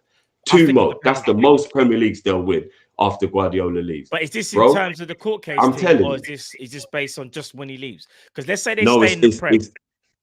It's me looking at their team, looking at the type of players that they brought in to replace the players that have left, the legends who have left. And Guardiola is doing what Ferguson used to do, what Klopp did. He's getting the best out of players that aren't as good as what they're looking under him because he's just sensational. Bro, do you think any other manager could have people like Doku and Grealish in terms of the lack of goal contribution and still just be winning games 3-4-0 and badding everyone up? Bro, Doku is a travesty of a winger. A travesty of a winger, bro. And I said, when everybody got carried away, when he first had that little spell when he first came, I said, guys, don't do this, because if Liverpool had signed Doku, nobody would have been happy about it. And everyone was like, rare, because he had that great start to his Man City career. Bro, he's a travesty of a left winger. A travesty of a left winger, bro. I promise you, I wouldn't even swap him at the left wing for one of our players. I wouldn't even swap him left wing for Elliott right wing. Bro, he's a travesty of a left winger, bro. A travesty of a left winger. You're doing too much, bro. Tell me the last time Doku did something that actually mattered. Bro, I don't think Doku's great. I think he's all right, though. He's all right. He's not a travesty. When was the last time he did something? Do you know travesties? Let me give you an example. A travesty is like Anthony. That's a travesty. Do you want to know why? Yeah, that's another example. No, but Anthony's a travesty. I would say Doku. Bro, do you know what? There's a clear If I'm not mistaken, though, Anthony has as many, if not more, winning moments for Man United than Doku does for Man City. Let's not talk about Anthony, bro. That brother is trash. Bro, how many winning moments does Doku have? When was the last time you saw Doku be the best player in the game or influence the match in terms of the score sheet? Just tell me, bro, just once. I don't even know. Do me a favor, bring up Doku's Man City stats. Bruv, let's not, bruv, we're not gonna do Doku versus. That's the biggest mid-off I've ever seen in my life, bro. But Doku's good, but Doku's a standard when Guardiola leaves. This is what I'm saying about why I don't think they'll be good after Guardiola. Gundogan will be old and gone. De Bruyne will be old and gone. Edison will probably Remember want what I his move to said. This Saudi is by on then. but this is on the basis of if City don't get done with their charges. Let's say they don't get done with their charges, but Guardiola I still leaves, think Guardiola's going to and they leave in still the got next money. 18 Bro, you months. think they're not Even going if to he replace doesn't. man them like Doku, bro? No, but you can't replace players like Gundogan and Kevin De Bruyne because they're one of a kind. So No, they I'm won't be not able talking, to no, replace I'm those. talking about Doku. No, Gundogan. No, I'm not talking No, about but Gundogan. no, but Gundogan and De Bruyne and Edison and all these players within the next 18 months won't be City players anymore. So what I'm saying is there's a transition happening that if they can't get away with their money laundering anymore and Guardiola leaves, they won't have the pull to be able to replace those players and stay big bad Man City. They will start to come down to So a what you're level saying where is when Guardiola leaves, the thing just falls apart, basically. That's what you're saying. no, it's not going to fall apart because their structure is good. But in terms of their That's what I was going to success, say. It depends at the club. they're not going to be that They keep team it anymore that serious. If he's everybody's still there, striving them to brothers be. there. I promise you, they will not be the team everyone's striving to be. But they With won't. No, Guardiola. no. You're right. But no one can replicate Guardiola though. So what you're saying, like, kind of goes. Yeah, no one's gonna obviously achieve what he's done. That goes without saying, though, bro. The man's legendary. No one can replace what he's done, innit? Yeah. So if you put on top of that they can't spend money anymore. No, but De that's Bruyne will if be you can't gone. spend money no more. All right, you're doing They it on won't be able to, bro. The new rules are very restrictive. So how are they going to be spending 200, 300 mil all the time? They can't do but it you're doing it anymore. on certain. What do you mean you can't spend? Of course you can spend money, bro. You can only spend what you make. A Man City don't make a lot of money. They're going to get found out. Bro. They're going to get found out of their lies. Allegedly, no. But again, bro, what you're going ahead. You're basically saying this is they're gonna get. And again, I'm not saying you're wrong, but we can't speak into the future like it's already happened. Even though I would like it to happen. Do you get what I'm saying? You're doing the whole. You see when they get found out that they can't spend. That's what you're doing. I'm not doing it. I'm not even just. Bro. No, I'm not even just doing that. I'm also doing now that the attention is on them. And they have to pay attention to the details. Right. They may be able to buy one big player for 100 and something mil, but they won't be able to do with the things they've been able to do so far because they won't. Even Man United don't really get to do it. And Man United make more money than anyone in this country. What I was trying to say, Zubi has a release clause. So that particular signing, that means like, how they're gonna. He's their release clause. What I'm saying is, when Guardiola leaves, they're never gonna be the same because it's Guardiola. What happens after that though, in terms of the court case that they're in, that's another story. I think once that happens, I think we'll have a better outlook because right now we can only think what we think is going to happen because nothing has happened. You can only do guesswork, innit? If they get found guilty, bro, of course they'll be finished because they'll get relegated and all sorts. So yeah, they'll be done. But if they all right, let's say they're not found guilty of enough charges to like give them the relegation or anything like that, yeah. They get a slap on the wrist even. Let's go that far. When Guardiola leaves within the next, I'll say 8 to 18 months, because I don't think he'll be there longer than the end of next season. When he goes, Man City will go back to being the team that they were before Guardiola arrived. They won 2 Premier Leagues, if I'm not mistaken, and they won a couple of domestic cups. They were a good team. They were competitive. But out of like about 8 seasons, they only won 2, if I'm not mistaken. Pellegrini won the one against us, and Mancini won the so they only won 2 in a decade. Guardiola comes in and then they win everything. So the point I'm making is they will go back to being that Man City. They have some more class players. But they're not going to be dominant anymore. They're not going to be the team that oh my God, I'm quaking to play them and all that kind of stuff. They'll go back to how they were before. They're involved. They're good. They have good players, but they're not the standard and like everyone's just chasing them. They will come back down to a bit more reality and they'll pick up 1 or 2 leagues in the next decade. That's what I think. It will literally go back to where it is before. Guardiola has moved the needle so much. People are acting like City are always going to be like this. No, they're not. When Guardiola goes, they will not be that anymore. They just won't. Man United told us when Fergie left, they'll be fine. A decade later, how's that going? No, but the club... When Guardiola leaves, Man City will come back down to where everyone else is, and they won't be that team anymore that are winning those 4 or 5 leagues in a row. It's run like a public toilet at a train station, fam. Do you get what I'm saying? There's a difference there. They've got no structure. Only now have they put in some structure. Only now. But up until this season, no one was happy with how it was run. Remember, bro, like how many sporting directors that they had, and they had to get rid of them because they weren't doing the job. Who was that? Who was that? Yeah. Wood? Was it Woodward? And then had some next brother as well. Like, bro, they were doing the most. Yeah, They weren't doing nothing. That's what I think is Man United. I get what you're saying because they done the big talk saying we'll be fine. They weren't. Man City, what makes Man City great, not just Guardiola though, it's also about their structure though. Tiki Bistirian and other people that came from, I think maybe from Barcelona, came in with a proper structure. If they stay, I think Man City will be all right. They'll still be good, like you said, they'll still be competitive. But if they go, let's say that they go like Pep Guardiola maybe a year later, then I think you'd see them really. No, but that's the point I'm making. They'll come back down to earth and be with the rest of us. Yeah, they'll just come down to earth and be like the rest of us. Man City before Guardiola came were a good team. They were a good team, but they weren't the team that you feared week in, week out, and I can't believe it, and nobody else can beat them, and they weren't any of that stuff. So now let's see, innit? I think that's what will happen anyway. A lot of people wouldn't have thought what's happened to Chelsea would have happened to Chelsea. There are other examples of teams where it doesn't always remain rosy in the garden. You know what I mean? And Guardiola has always been that guy. Is this true? Is this true? Nah, that can't be true. Nah, chat, is this true? No. That can't be true. How's that even work? Someone please verify this. I need someone to verify this. How old is Huddleston? And then you wonder why I say their club run like a public toilet at a train station. This can't be real. Hold on. Right, it's true. Yeah, he's been there for 2 seasons. Check it, bro. I watched it. Yeah, it's true. He does play. What? Oh, yeah. So, do you know what? This is true as well. Why am I laughing? This is true. No, but does that mean that he's employed? Man said he's still got a job. No, Matt, I'm being serious. I'm not even bantering. I'm asking a serious question.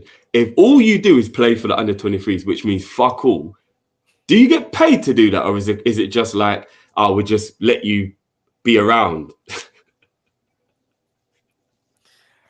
I don't know, fam.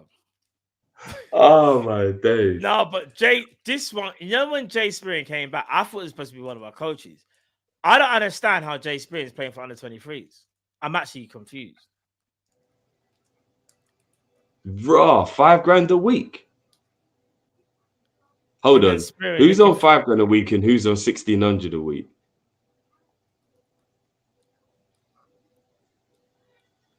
That's nuts. No, it's not. What? That is crazy. Because why did Man United bring Tom Huddleston in to just play in the under-23s? He's not even an ex-player, is he? He never played for Man United. Jay Spearing going to be the GOAT, fam, under 23. That's crazy. Man's just trying to rack up them appearances, bro. If people are saying that he was a coach, then fair enough. If you're playing under 23s and then you're coaching like the under 18s or whatever, that's fine, isn't it? Yeah, for the coach, because why? Yeah, he's got to be coaching because why else would you? That doesn't make no sense. Oh, Huddleston's on $1,600 a week at what do you call it? I'm not even gonna lie, bro. Let's just do the quick maths on that, yeah. The quick maths on that means he makes over $6,000 a month. Bro, if you make $6,000 a month to just be some like random ex-player playing in the under-23s, bro, you are living life on easy mode. Nah, I hear it, but at the same time, it's like, bro, like you're a big grown-ass man. Like, it don't make sense to me, bro. No, but bro, he's getting $6,500 a month. That's good money, bro. In real life terms, that's the equivalent of me being 65 years old, and being the manager of JD Sports.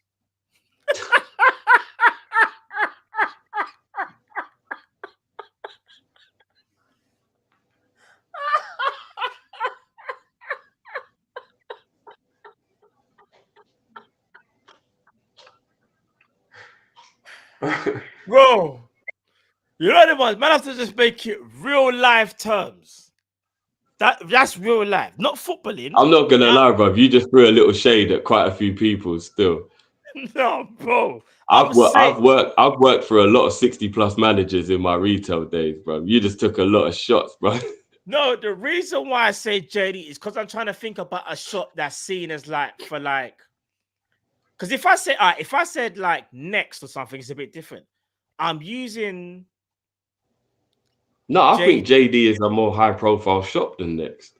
No, I'm trying to think of the age gap that you would normally see the managers though, bro. If you're being realistic, you wouldn't really see like a manager. I'll be honest, bro. I think managers can be any age because a lot of the time that becomes your career path. So once you're a manager, you just jump around from different stores. But like, you know what I mean? Until you retire, you probably will be a manager. I'm just saying. And again, shout out to all people that's of a certain age. I'm not saying you can't do that. But what I am saying is very unlikely, though. I'm using these. I'm trying to think of another shop where I can. Bro, do you know how many times if you've got a problem in a shop and you say, "Can I speak to the manager?" It's a 60-year-old. No, that happens quite a lot, you know. No, bro, no. No, that happens quite a lot, bro. No. Bro, I know a lot of managers from back in the day, yeah, that even managers now that's in retail, big them up, yeah. They're not 60, bro. They're not 65. No, I know there are a lot of young managers, but I'm saying it's quite common to be of that age. I'm not trying to dig myself out of nothing, bro. I stand by what I said, by the way. You never if you'd have said 70 or 80, then I'd agree with you. But I think late 50s, early 60s, I think that's quite common for retail, for a manager to be around that age. No, it is. No, I don't.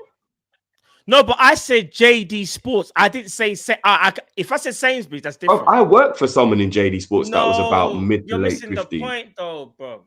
Normally, and I say normally, what you will find in today anyway, when you go into like Foot Locker, JD, you'll see like 18, 19, between the age of 18 and 30, and maybe even 40, shall I say, maybe even 50. But I don't think you're going to see between 65 to 70-year-olds working in the on the floor. No, but you've just gone up 10 years. So yeah, not really in their 70s. 65. No, it's like people that want me to say 65, bro. I'm just saying. No, I'm not taking it back. No. I think managers can be any age, bro. Because it becomes your career once you're in that road. You know what I'm saying? I'm not saying they can't. I'm talking about shops where I would say the managers. Oh, do you mean young hip shops where you kind of have to be in the know kind of thing? Bro. I just thought of JD Sports. As I said, let me think of another shop then. I'm trying to figure, but the reason why I didn't say supermarket is because you will find that more in a supermarket, bro. Oh yeah, it's very common. People are missing what I'm saying. It's not the shade. It's about. I thought you were just talking about retail, bro. I thought you just meant all retail. No, because there's bare people I know in retail that's on Saturdays. No, yeah. I thought you meant all retail. I was trying to think of a shop where it's like, you know, like you said, a young hipster kind of shop, and I thought young and JD Sports. Yeah. Now, bro, let's be real. If you went into Foot Locker and you only speak to the manager, and then you speak to him, and the manager was really blessed, and then say you got into a conversation with them, and for whatever reason, their manager was like, "I'm 65." In your brain, you will be quite shocked that the manager's 65. Not the area manager, you know, or regional. I'm talking the manager of the shop. Well, it depends how old he looks, isn't it? Bro, you're trying to move the goalpost. No, I'm saying if I'm to be shocked, it would be more about how he looked rather than like how old does he look. I don't know how else to say it, bro. I mean, I don't think you'd get a 60. I don't think you'd get a 60-year-old manager in somewhere like GameStop. Do you know what I mean? Because obviously you probably didn't even grow up in a generation where you care about gaming or whatever. So you probably it's like people don't like me using Foot Locker. It's like if I take it to CX then. What if I said CX? What if you I don't think you would, yeah, because a 65 really on CX shutting PS5. No, I don't think you'd see that. No, that's what I'm saying. That's what I was basically trying to say. Yeah. It's like people took it literally for what it is, knowing what I was trying to say. You lot are terrible, man. In the chat, you lot are terrible. You knew what I was trying to say. You trying to make. Hey, shout out to everyone who knows what Imran means when he says this. Have you seen Kevin Hart's interview with Don Cheadle? No. Yeah, there's a bit where Don Cheadle's like, because I'm like 56 now, and Kevin Hart goes, "Damn." If you watch it, bro, it's hilarious. Hold on, someone's right. I swear you can get at 65. You might be able to get pension, bro. Not if you're a man. I think it's 69 now. All jokes aside, chat. When can you start getting your pension? Is it 66? That's what I'm saying, chat. No, I think it's gone up. I think it's like 69 now or something like that. Has it gone up? But that's my whole point. For men, anyway, yeah, for men. Yeah. Again, I shouldn't even have to. The fact that I'm having to explain, it says it. I'm not even going to say that, most. I shouldn't even need to explain. You don't understand. You got the joke in it. You get the joke. No, the joke was funny. I just if we think but about, people are taking it literally. Like I'm saying, like, do you get what I'm saying? I just know that there's like a I know there's a 60-year-old JD manager somewhere watching this now, going, "All right, Matt, what are you saying? I wasted my life, yeah." Oh no, man! I should just use CEX. Oh man. No, do you know what? I've just thought of the ultimate shop you're never gonna see a 65-year-old working in. Someone just said the maddest comment. Do you remember GameStop? GameStop, or do you mean Game Station? Or do you mean GameStop, the shop that used to have the actual Dungeons and Dragons set up in the middle of the shop and people could go in and play the game. Do you remember? GameStop? Yeah, do you not remember? No. Yeah. No, I don't remember that, you know. I don't see any old people working in a shop like that. I'm surprised. If I showed you it, you would probably if I showed you the front of the thing, you'd be like, "Oh, that shop." You just can't see it. If Google it right now quickly, bro, and it maybe the front of the shop will come up, and then you'll know what I'm talking about. You sure it was GameStop, yeah?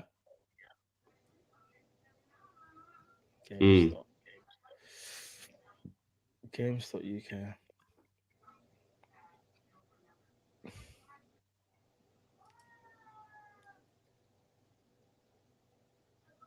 I remember but this GameStop is. But if I remember, GameStop was American that came over to the UK, though. Have I got this right? Because when you say GameStop, I don't know the origin of it, but I just remember it being. I remember GameStop. I remember because I bought. I want to say I bought Gears of War 3 from GameStop when they started doing things in the UK. I bought Gears of War 3 from there because I managed to get a week early. Shout out GameStop in the UK, where if they're still about. Got a week early and I was gassed. Sorry, it's Games Workshop, so not Games Shop. Yeah, bro, that's what I think. Bro, because when you now it makes sense. Because when you say GameStop, I'm thinking I forgot the work. My bad. Games Workshop makes sense to me now, bro. Game Workshop, yeah. You ain't gonna get no 65-year-old in there. No, it's true. Let me not continue with it because I know a lot of people didn't like. I think people got offended. I wasn't trying to offend no one, but basically the whole point of it was it's very rare you're gonna see a 65-year-old working in CX. I shouldn't use JD Sports, but that was the whole point. Trying to say it's unrealistic. But yeah, we move. Games Workshop, that was hilarious. Them brothers, yeah, you wouldn't get no old man in there.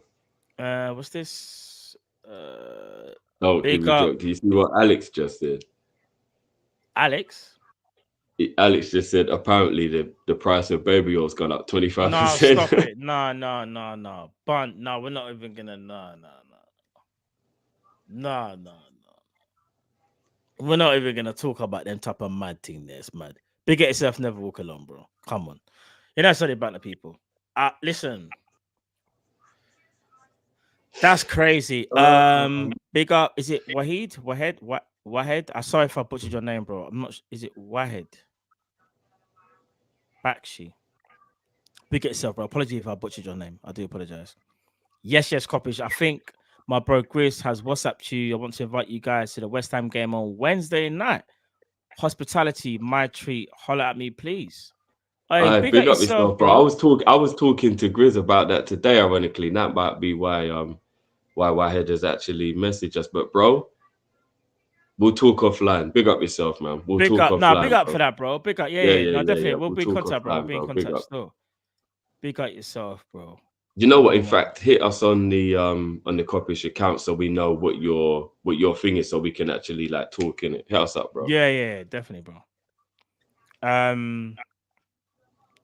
Man, do you know what? Actually, this is actually going to be kind of an early. I don't think there's anything else I was going to speak about today, Jeff. Was there anything? No, I was going to fire it back at you real quick before we moved on because obviously I didn't get a chance to hear what you thought of Rodri's injury in terms of like the effect on City. Do you believe that it cripples City in any way, or do you think they'll just tick on with it? Because I think that's their chances gone of winning any of the big trophies. Can they still win things? Yes, because they have still got quality players. The problem is though, taking out Rodri, taking out their most important player. Like I said, they can win games. I don't think they can win titles without him. And I could be proven wrong. And Pep will do a masterclass. Remember when I said this, people? He'll do the 3 at the back.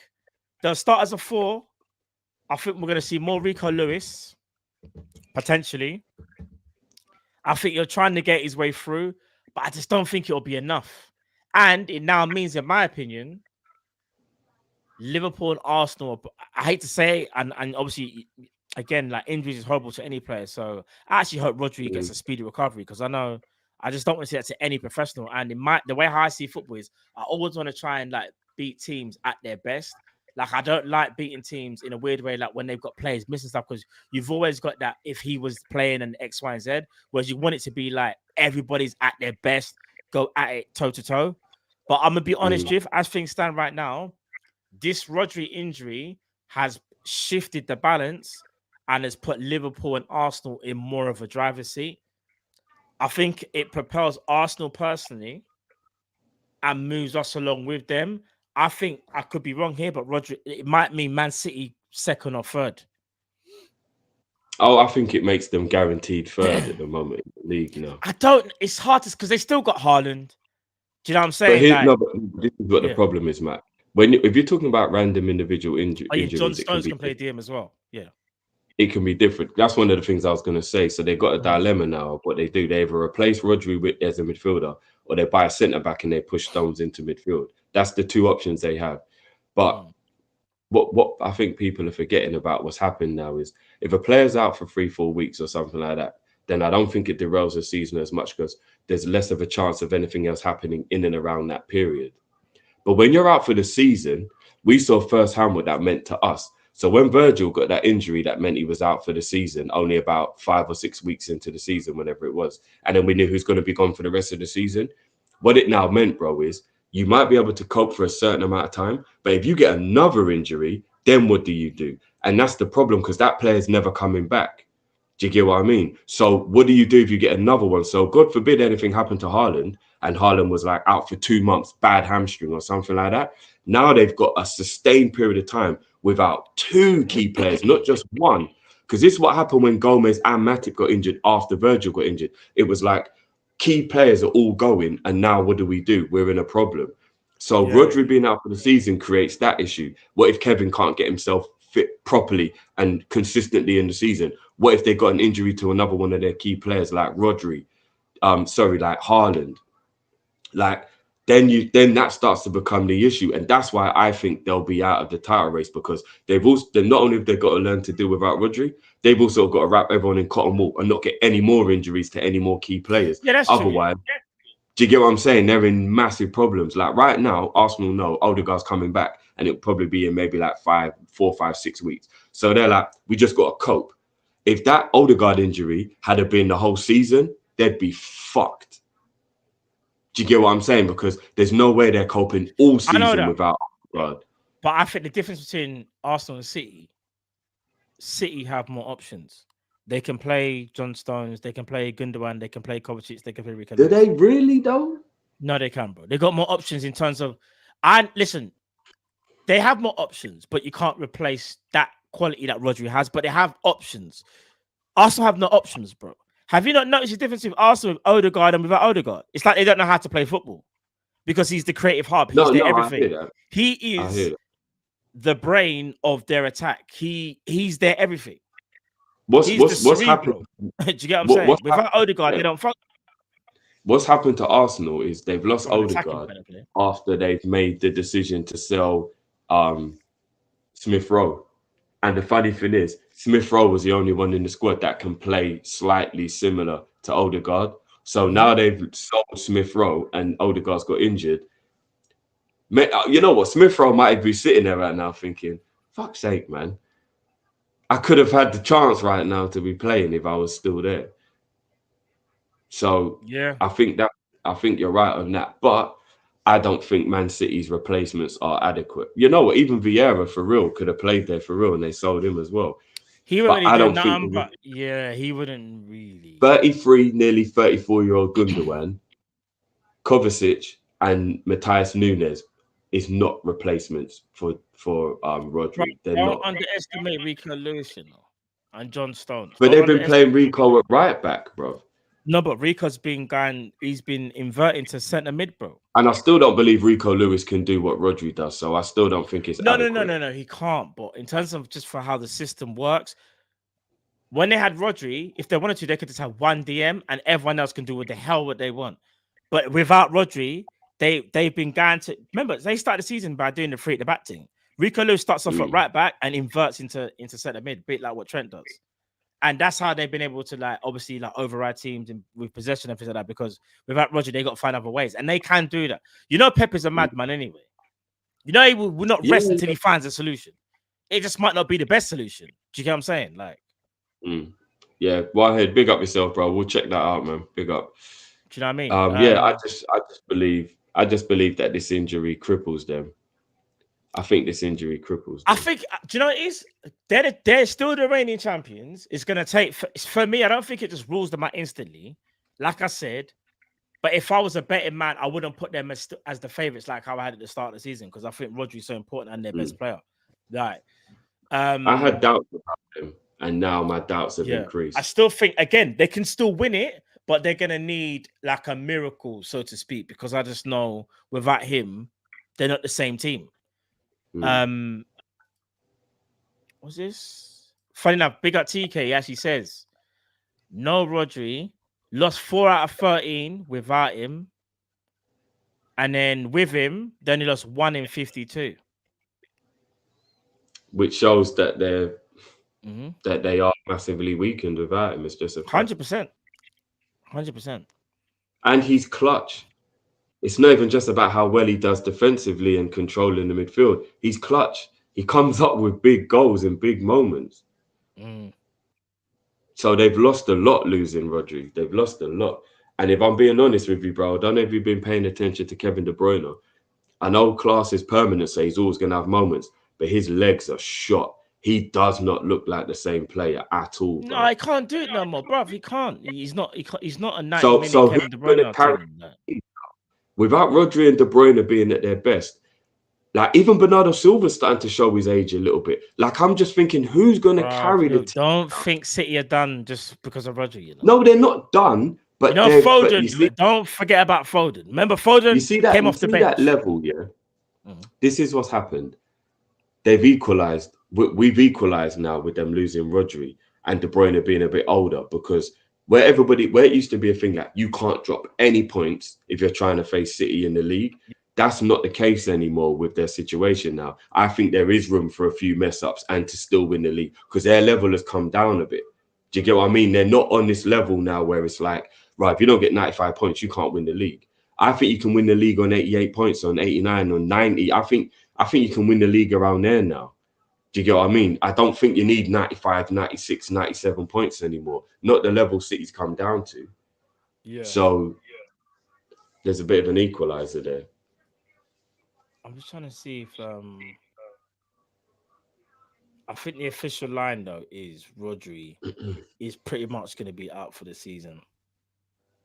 From what I've seen, they're saying that it'll be 9 months, which is the whole season. Yeah. It's mad, bro. I can't even lie. Big up John II. Big yourself, bro. He says Zubimendi is their solution. That's what I'm saying. It wouldn't surprise me if they go and get Zubimendi, you know, and they were able to convince him. But then do you know what you would hope for is that the rumors about Liverpool and Zubimendi are true, and he would more be along the lines of, I've had a relationship with Liverpool, so I even had an agreement with them at one point. We basically have to hope he did a Caicedo. That's if he move. Yeah, if he's moving like Caicedo. Yeah, we'd have to hope he did a Caicedo. That's what we'd have to hope. All right, you see with the Rodri thing, big up John II again. I agree with this. We are one Gravenberch injury away from needing 6, so we can't talk really. I agree with that. You know, Gravenberch that was the point I was making earlier in the season when people were saying, what if we lose Gravenberch? And that's why I said, well, what if Arsenal lose Rice? what if City lose Rodri? It's the same scenario. That was what my point was to everyone. But my point even before that was when you said, City were in the worst case, like if they lose a big player, right? Gravenberch at that point, when at the start of the season, wasn't even a big player. It's only this season. So going into this season, he wasn't seen as a mainstay. Only since the start of the season, he's been a mainstay. So imagine if Gravenberch doesn't do what he's doing, and obviously we didn't sign Zubimendi. You know, we'll be finished, bro.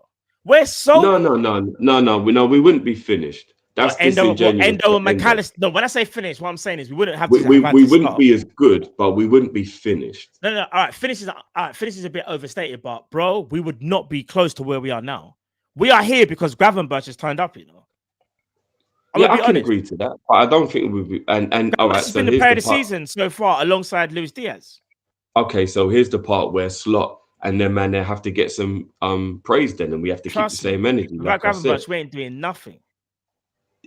Even if what you're saying is true, you got to shout out Slot especially and Edwards and them man as well for understanding we had a jewel in the crown already, and instead of chasing after players that don't even want to come here, utilize what you already have. Because I don't think what Gravenberch is doing is an accident. I think it's by design of a manager realizing the talent he had in the player and doing what was needed to get the talent out of that player. It's not an accident. It's more about. Here's the thing. So when Slot walked in, he spoke about improving players X, Y, and Z. Gravenberch has always had that potential for when he was at Ajax and was seen as a wonder kid. He was compared in the Netherlands to Seedorf. They thought he was going to be next Seedorf, and even surpass him. Right? He went to Bayern Munich, had a bad season. Didn't work out for him. Didn't work under Nagelsmann. Didn't work under Tuchel. He goes to Liverpool under Jurgen Klopp for us last year. He had an all right season, but it was nothing amazing. Very, very stop-start. He had an injury as well.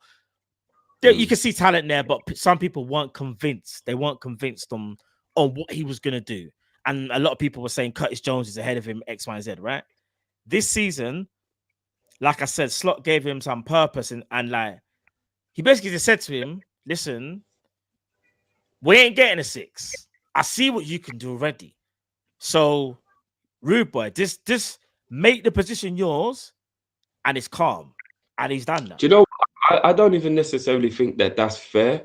I think there's a possibility that Slot actually said to the board, Gravenberch is actually going to be able to do what I want at least till January. Don't worry anymore. No, he wanted Zubimendi. So here's the thing. I'm talking about once we get Zubimendi. That's what I'm saying. Once we didn't get Zubimendi, I think Slot said, don't panic. Grab can actually do. Yeah, he probably did. Oh, he was probably banking. Yeah, banking on thinking he has the qualities. I'm going to use this guy because he's got qualities that I think can get us over the line. You're right. Because what we're so telling is this, when they asked Slot about Zubimendi, he goes, if we would have signed him, I would have been able to rotate more. That's what he actually said, you know, which is quite telling. That says to me, bro, he kind of knows our options are limited. I don't care what no one says. You can't tell me any different, yeah? Again, some people ain't going to like what I'm going to say, but it's the truth. And the reason I say it's the truth is because the manager is doing exactly what I'm about to say. He's not giving Endo a look-in. So when I say if Gravenberch didn't turn up, we might have been in a bit of problems. Reason why? Curtis Jones also got injured. So it would have been the problems there. It would have been McAllister and maybe Soberslai? I don't know. Who goes there, Drift? What you mean? I think he would have probably been forced to play Endo. Maybe I think he would have just had to because he wouldn't have really had much choice. But you're right. He would have probably gone with Elliott in the 10 and played Soberslai in the pivot. Most likely. and as much as you guys know, like I rate Soberslai, but just no, just no. Gravenberch suits that. Again, people are saying Morton. I hear you, but Morton hasn't started a game, fam. I don't think it would have been Morton. No, I disagree. I know that I'm not. That's not me discrediting Morton. It's more about it's what the manager signified. Like if Morton, in my opinion, was really, really doing the matting, I think Morton would have had more minutes. In my opinion, we would have seen Morton even come on as a sub. Think about it. I think Gravenberch has played all the 90s up bar maybe one game. Gravenberch is a unique player, you know. Morton's not even close to that profile. Gravenberch is a different type of caliber of player, you know. Remember, man Actually, was do you seen as know a what? generational talent back at Haaland, you know. Eagles got a point. We might have just not let Besetic go on loan, and maybe he would have been the one that would have played. Do you know what? I'm gonna say this. I think that's a possibility. Besetic, in my opinion, still has a very, very high future, but he's not ready because of the injury that he had. That injury took away a year of football of his development, you know that. And I think, let's say he was thrown in. Let's say he was thrown in. I know, but let's say he was thrown in drift. It wouldn't have worked. He would have done all right, but I don't like, bro. Gravenberch is putting up man in the match performances week in, week out. You know. Yeah, he might not have been that It's good, but I don't think it's like we've signed a new player. That's how good he's been. It's like we've signed a new player. I'm a lying chat. It's like we've signed. It's almost like the Gravenberch we had last year was just like was a stunt double. This is the real Gravenberch. And here's the thing, because I've seen a lot of people saying Slot has been able to do what Klopp didn't, etc., etc. And again, I think that's disingenuous because the system that Klopp played, unfortunately, it just meant that Grav had to play a different role. And he wasn't going to change his whole system for one player. So unfortunately, he tried to ask Gravenberch to adapt his game a bit to be more of a box-to-box 8 than a pivot 8. And there is a difference because you've got less of the pitch in front of you when you're playing the 8. Gravenberch likes having a lot of pitch in front of him. That's why the 6 pivot suits him way better. Do you get what I mean? Because he's got a lot more room to run into. He sees the game more from that deeper position. It's a lot of why people think that Trent wouldn't work in midfield as well, because they think he'd have less time, less space in front of him. At right back, he's got the whole pitch in front of him. Do you get what I mean? It's a similar argument. So it's not Slot. It's not that Klopp didn't know what to do with Gravenberch. It's just he asked Gravenberch to adapt because the system is there and the players got to adapt to the system rather than the other way around. So luckily for us, the way Slot likes to play, we've just got the because there's another thing that Slot might have done if we didn't get say we didn't have Gravenberch. He might have just gone to a different 3. He might have played a diamond. He might have done different things. We don't even know if he would have still kept the pivot. Do you get what I mean? He might have just thought... That's true. That's true. He might have played McAllister in the 6 and changed the system. Or do you get what I mean? Like, we don't know. We don't know, innit? And I hope we never have to find out. So, yeah. No, for real. It's just more... My whole point is this. Gravenberch has been so revolutionary for us at the start of the season that I can't even imagine a midfield. In fact, you know what? I need to add Mac in there as well. They see that combo right there, Mac and Grav. Bro, we're all right. We're more than all right. I just need their man not to pick. In fact, let me not even say nothing. I just need these men to be all right, bro. Grav and Mac are so key. They can't be replaced. They can't be. They're too crucial. I agree with you to a degree. I don't know if you was about to wrap up, but I do have one quick question I wanted to ask you, just out of curiosity. Yeah.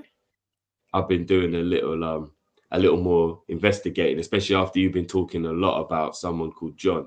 So I was like, you know what? Let me go and have a look because, you know what I mean? I'm hearing a lot of good things. And don't get me wrong, the research I did, some of the clips I watched, I was like, I didn't know he was this good. I didn't know he had this capability. Oh, you're talking about Duran? Yeah, bro.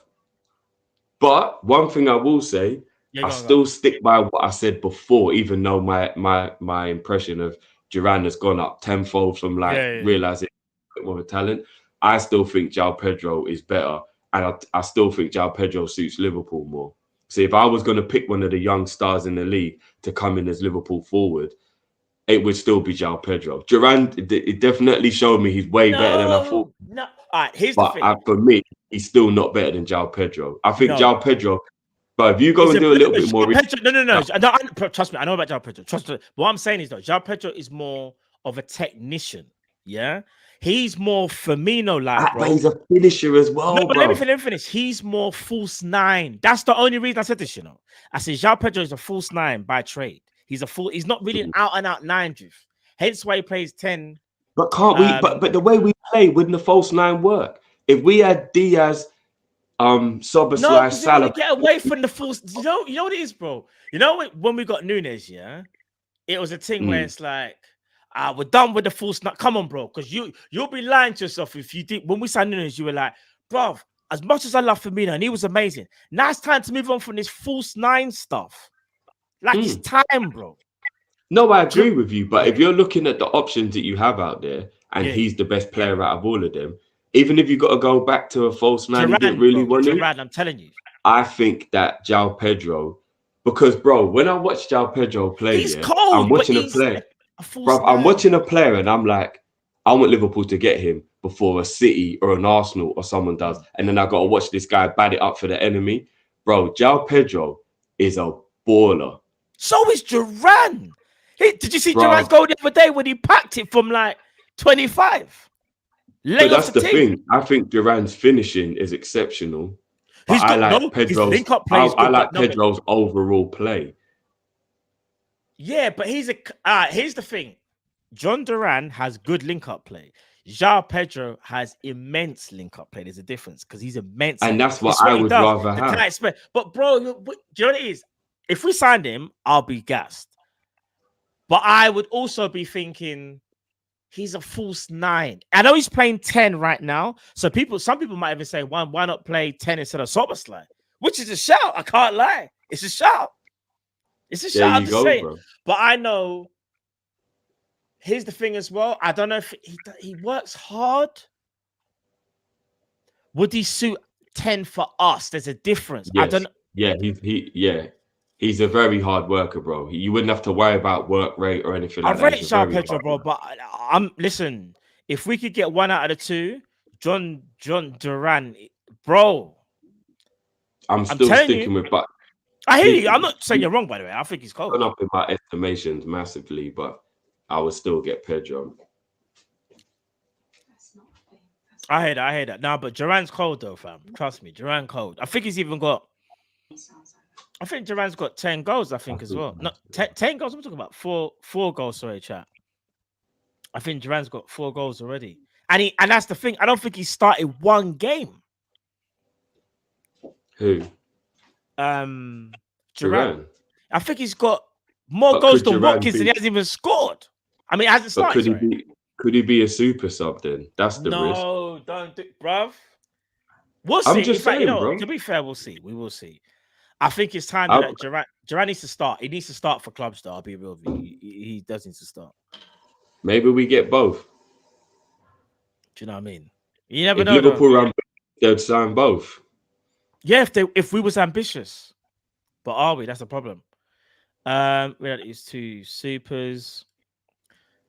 Gravenberch is integral now. We need a sub. We need a sub. Endo is not. We basically need to replace Endo, is what you're saying. Yeah. And big up Red Indian. He says, with this AFC fans claiming they win the league, do you guys think we could genuinely challenge? Yeah, we could genuinely challenge. That's 100%. Never been a question for me. Never been a question we could genuinely challenge. Do you know what I mean? But yeah, people, listen, that brings us to the end of the show. Listen, thank you all for joining as always, each and every time. We'll be back, I think. Oh, let me think. I think tomorrow, because we're playing Wednesday. Yeah, right? We're back tomorrow with the preview for the West Ham game. Carabao, yeah. So we'll be back at some point tomorrow, chat. For the preview, obviously, for the West Ham game. And also we'll be actually, we'll let you know what happens on Wednesday because we got to speak to my man about what's going on. So yeah, we'll have to let you guys know, but there'll be content regardless, as you guys know already. And yeah, stay tuned for that. Make sure you like, share, and subscribe. Make sure you do that, people. The reason why I'm slightly sidetracked is because I'm seeing. You've seen the fight drift, right? Yeah. Yeah. Okay. I don't know. Give me 1 second. I don't know if you want to touch on it, and then give me 1 second, and I'll come back. We might as well talk about it because people have been asking. Yeah. I'm not gonna lie, chat. AJ got smoked. Bro. The bar was just there to fight. AJ was there to do the cussing thing, and I'm not gonna lie. It looked bad for AJ. I can't lie. It looked bad. That last shot when he tried to get up, it looked bad, fam. It looked really bad. Do you know what I'm saying? I think AJ, I don't know, man. It looked bad. That's what I would say. Dubois deserved to win. AJ is a heavy hitter, so it always has a fighter's chance, especially when he caught Dubois. Was it in the fourth or the fifth? I can't remember when. But Dubois then obviously caught him, and that's how he knocked him out. But yeah, Dubois, like, bro, he could take a punch. AJ, it's a mad thing. I can't lie. And AJ, the thing is, I like AJ as well, innit? Like, I don't dislike him. I think what he's done for the sport, I think people discredit as well. Like, he might not have been the greatest boxer, but I think people need to remember like what he was able to do for UK boxing. And also, he was the one like that kind of started off this new era of heavyweight boxing, if that makes sense. Do you know what I'm saying? Even if you don't like him, I think you got to give him credit for that as well. He was trying to make them fights. Unfortunately, some of the fights just didn't happen, like the ones with Wilder and Fury. But them man are fighting their own battles, innit? Do you know what I'm saying? So it's kind of mad. It's crazy. But yeah, man, Dubois, yeah, he smacked him up. All right, big up Monts. Monts, yeah, I'll do that, brother. I'll do that, bro. But yeah, he smacked him up, bro. Dubois, it's crazy. But yeah, man. But then says need an upgrade on Elliott and Jones, to be honest. Nah, bro. Disagree. Elliott's been injured. Bad injury as well. And so is Jones. I think they were actually going to do very well this season, but they've just been injured. As things currently stand, I'm absolutely fine with them in my squad. I'd even arguably say Elliott should have been starting ahead of Szoboszlai in the 10. Szoboszlai, for me, as much as I rate Szoboszlai, the jury's still out, man. Can't have another season like last year. We can't do that. Do you know what I mean? So, yeah, it is what it is. But yeah, people, listen, I'm going to sign off here. You get what I'm saying? Big up to everyone else that was able to tune in today. Like I said, we'll be back tomorrow for the preview for the game for Wednesday. And we'll let you know as well. We should be doing a watch along. If not, like, we'll let you know whatever. Do you know what I'm saying? We've got to sort out a few things. But yeah, Jiff, anything you want to say for the people before we head out, bro? Now, big up as always, guys. And yeah, on the AJ thing, didn't look good, man. It's not looking good, bruv. Dubois slumped him, bruv. Yeah, he did. And I've got to be honest, Dubois obviously is a good fighter in his own right, but AJ can't be losing to Dubois. He can't. That was a bit weird. And I've got a slight feeling that people thinking that he's just going to smash him in a rematch. He could, but it seems very similar to what happened when everybody thought that David Hay, it's just the injury. And then he had the rematch with Bellew and everyone just thought, yeah, he'll win the rematch. Different story, fam. Big up David Hay. No, but you remember everybody thought that he was going to win the rematch and it was only the injury why he lost and stuff. And if I'm being honest, he looked worse in the rematch than he did in the first fight, bro. He did. So let's see if Joshua actually does get it because they've got a rematch, right? So yeah, we'll see. Rematch clause, I think, it's in place still. By the way, Klopp, VAR tiers. Yeah. The channel's gonna be doing some bits, so don't worry. And obviously the watch along from the Arsenal game's up now as well. If you want to watch that, big up Jamie. We had some fun for the game. For the Arsenal City game, innit? Yeah. And big up the community as well because it was a good turnout, man. So big up everyone. Apparently they don't have a rematch clause. I saw a reputable podcast afterwards talking about how we got automatic rematch in there. When Eddie Hearn says it, it's facts. It's facts. But people, listen, love for the love. And yeah, we'll see you again tomorrow for the preview for West Ham, Liverpool. Well, I say West Ham, Liverpool, West Ham people. Carabao Cup will be there. Stay tuned to the socials as well. We'll let you know when new content will be dropping as well. Make sure you go and subscribe to Drift TV, Sanderson Show, and the Matt One Show. There'll be new content for me this week, people. Make sure you go and check that out. And yeah, man, people, love for the love, and we'll see you again tomorrow, people. Take care. God bless. We out, people. Love. Peace.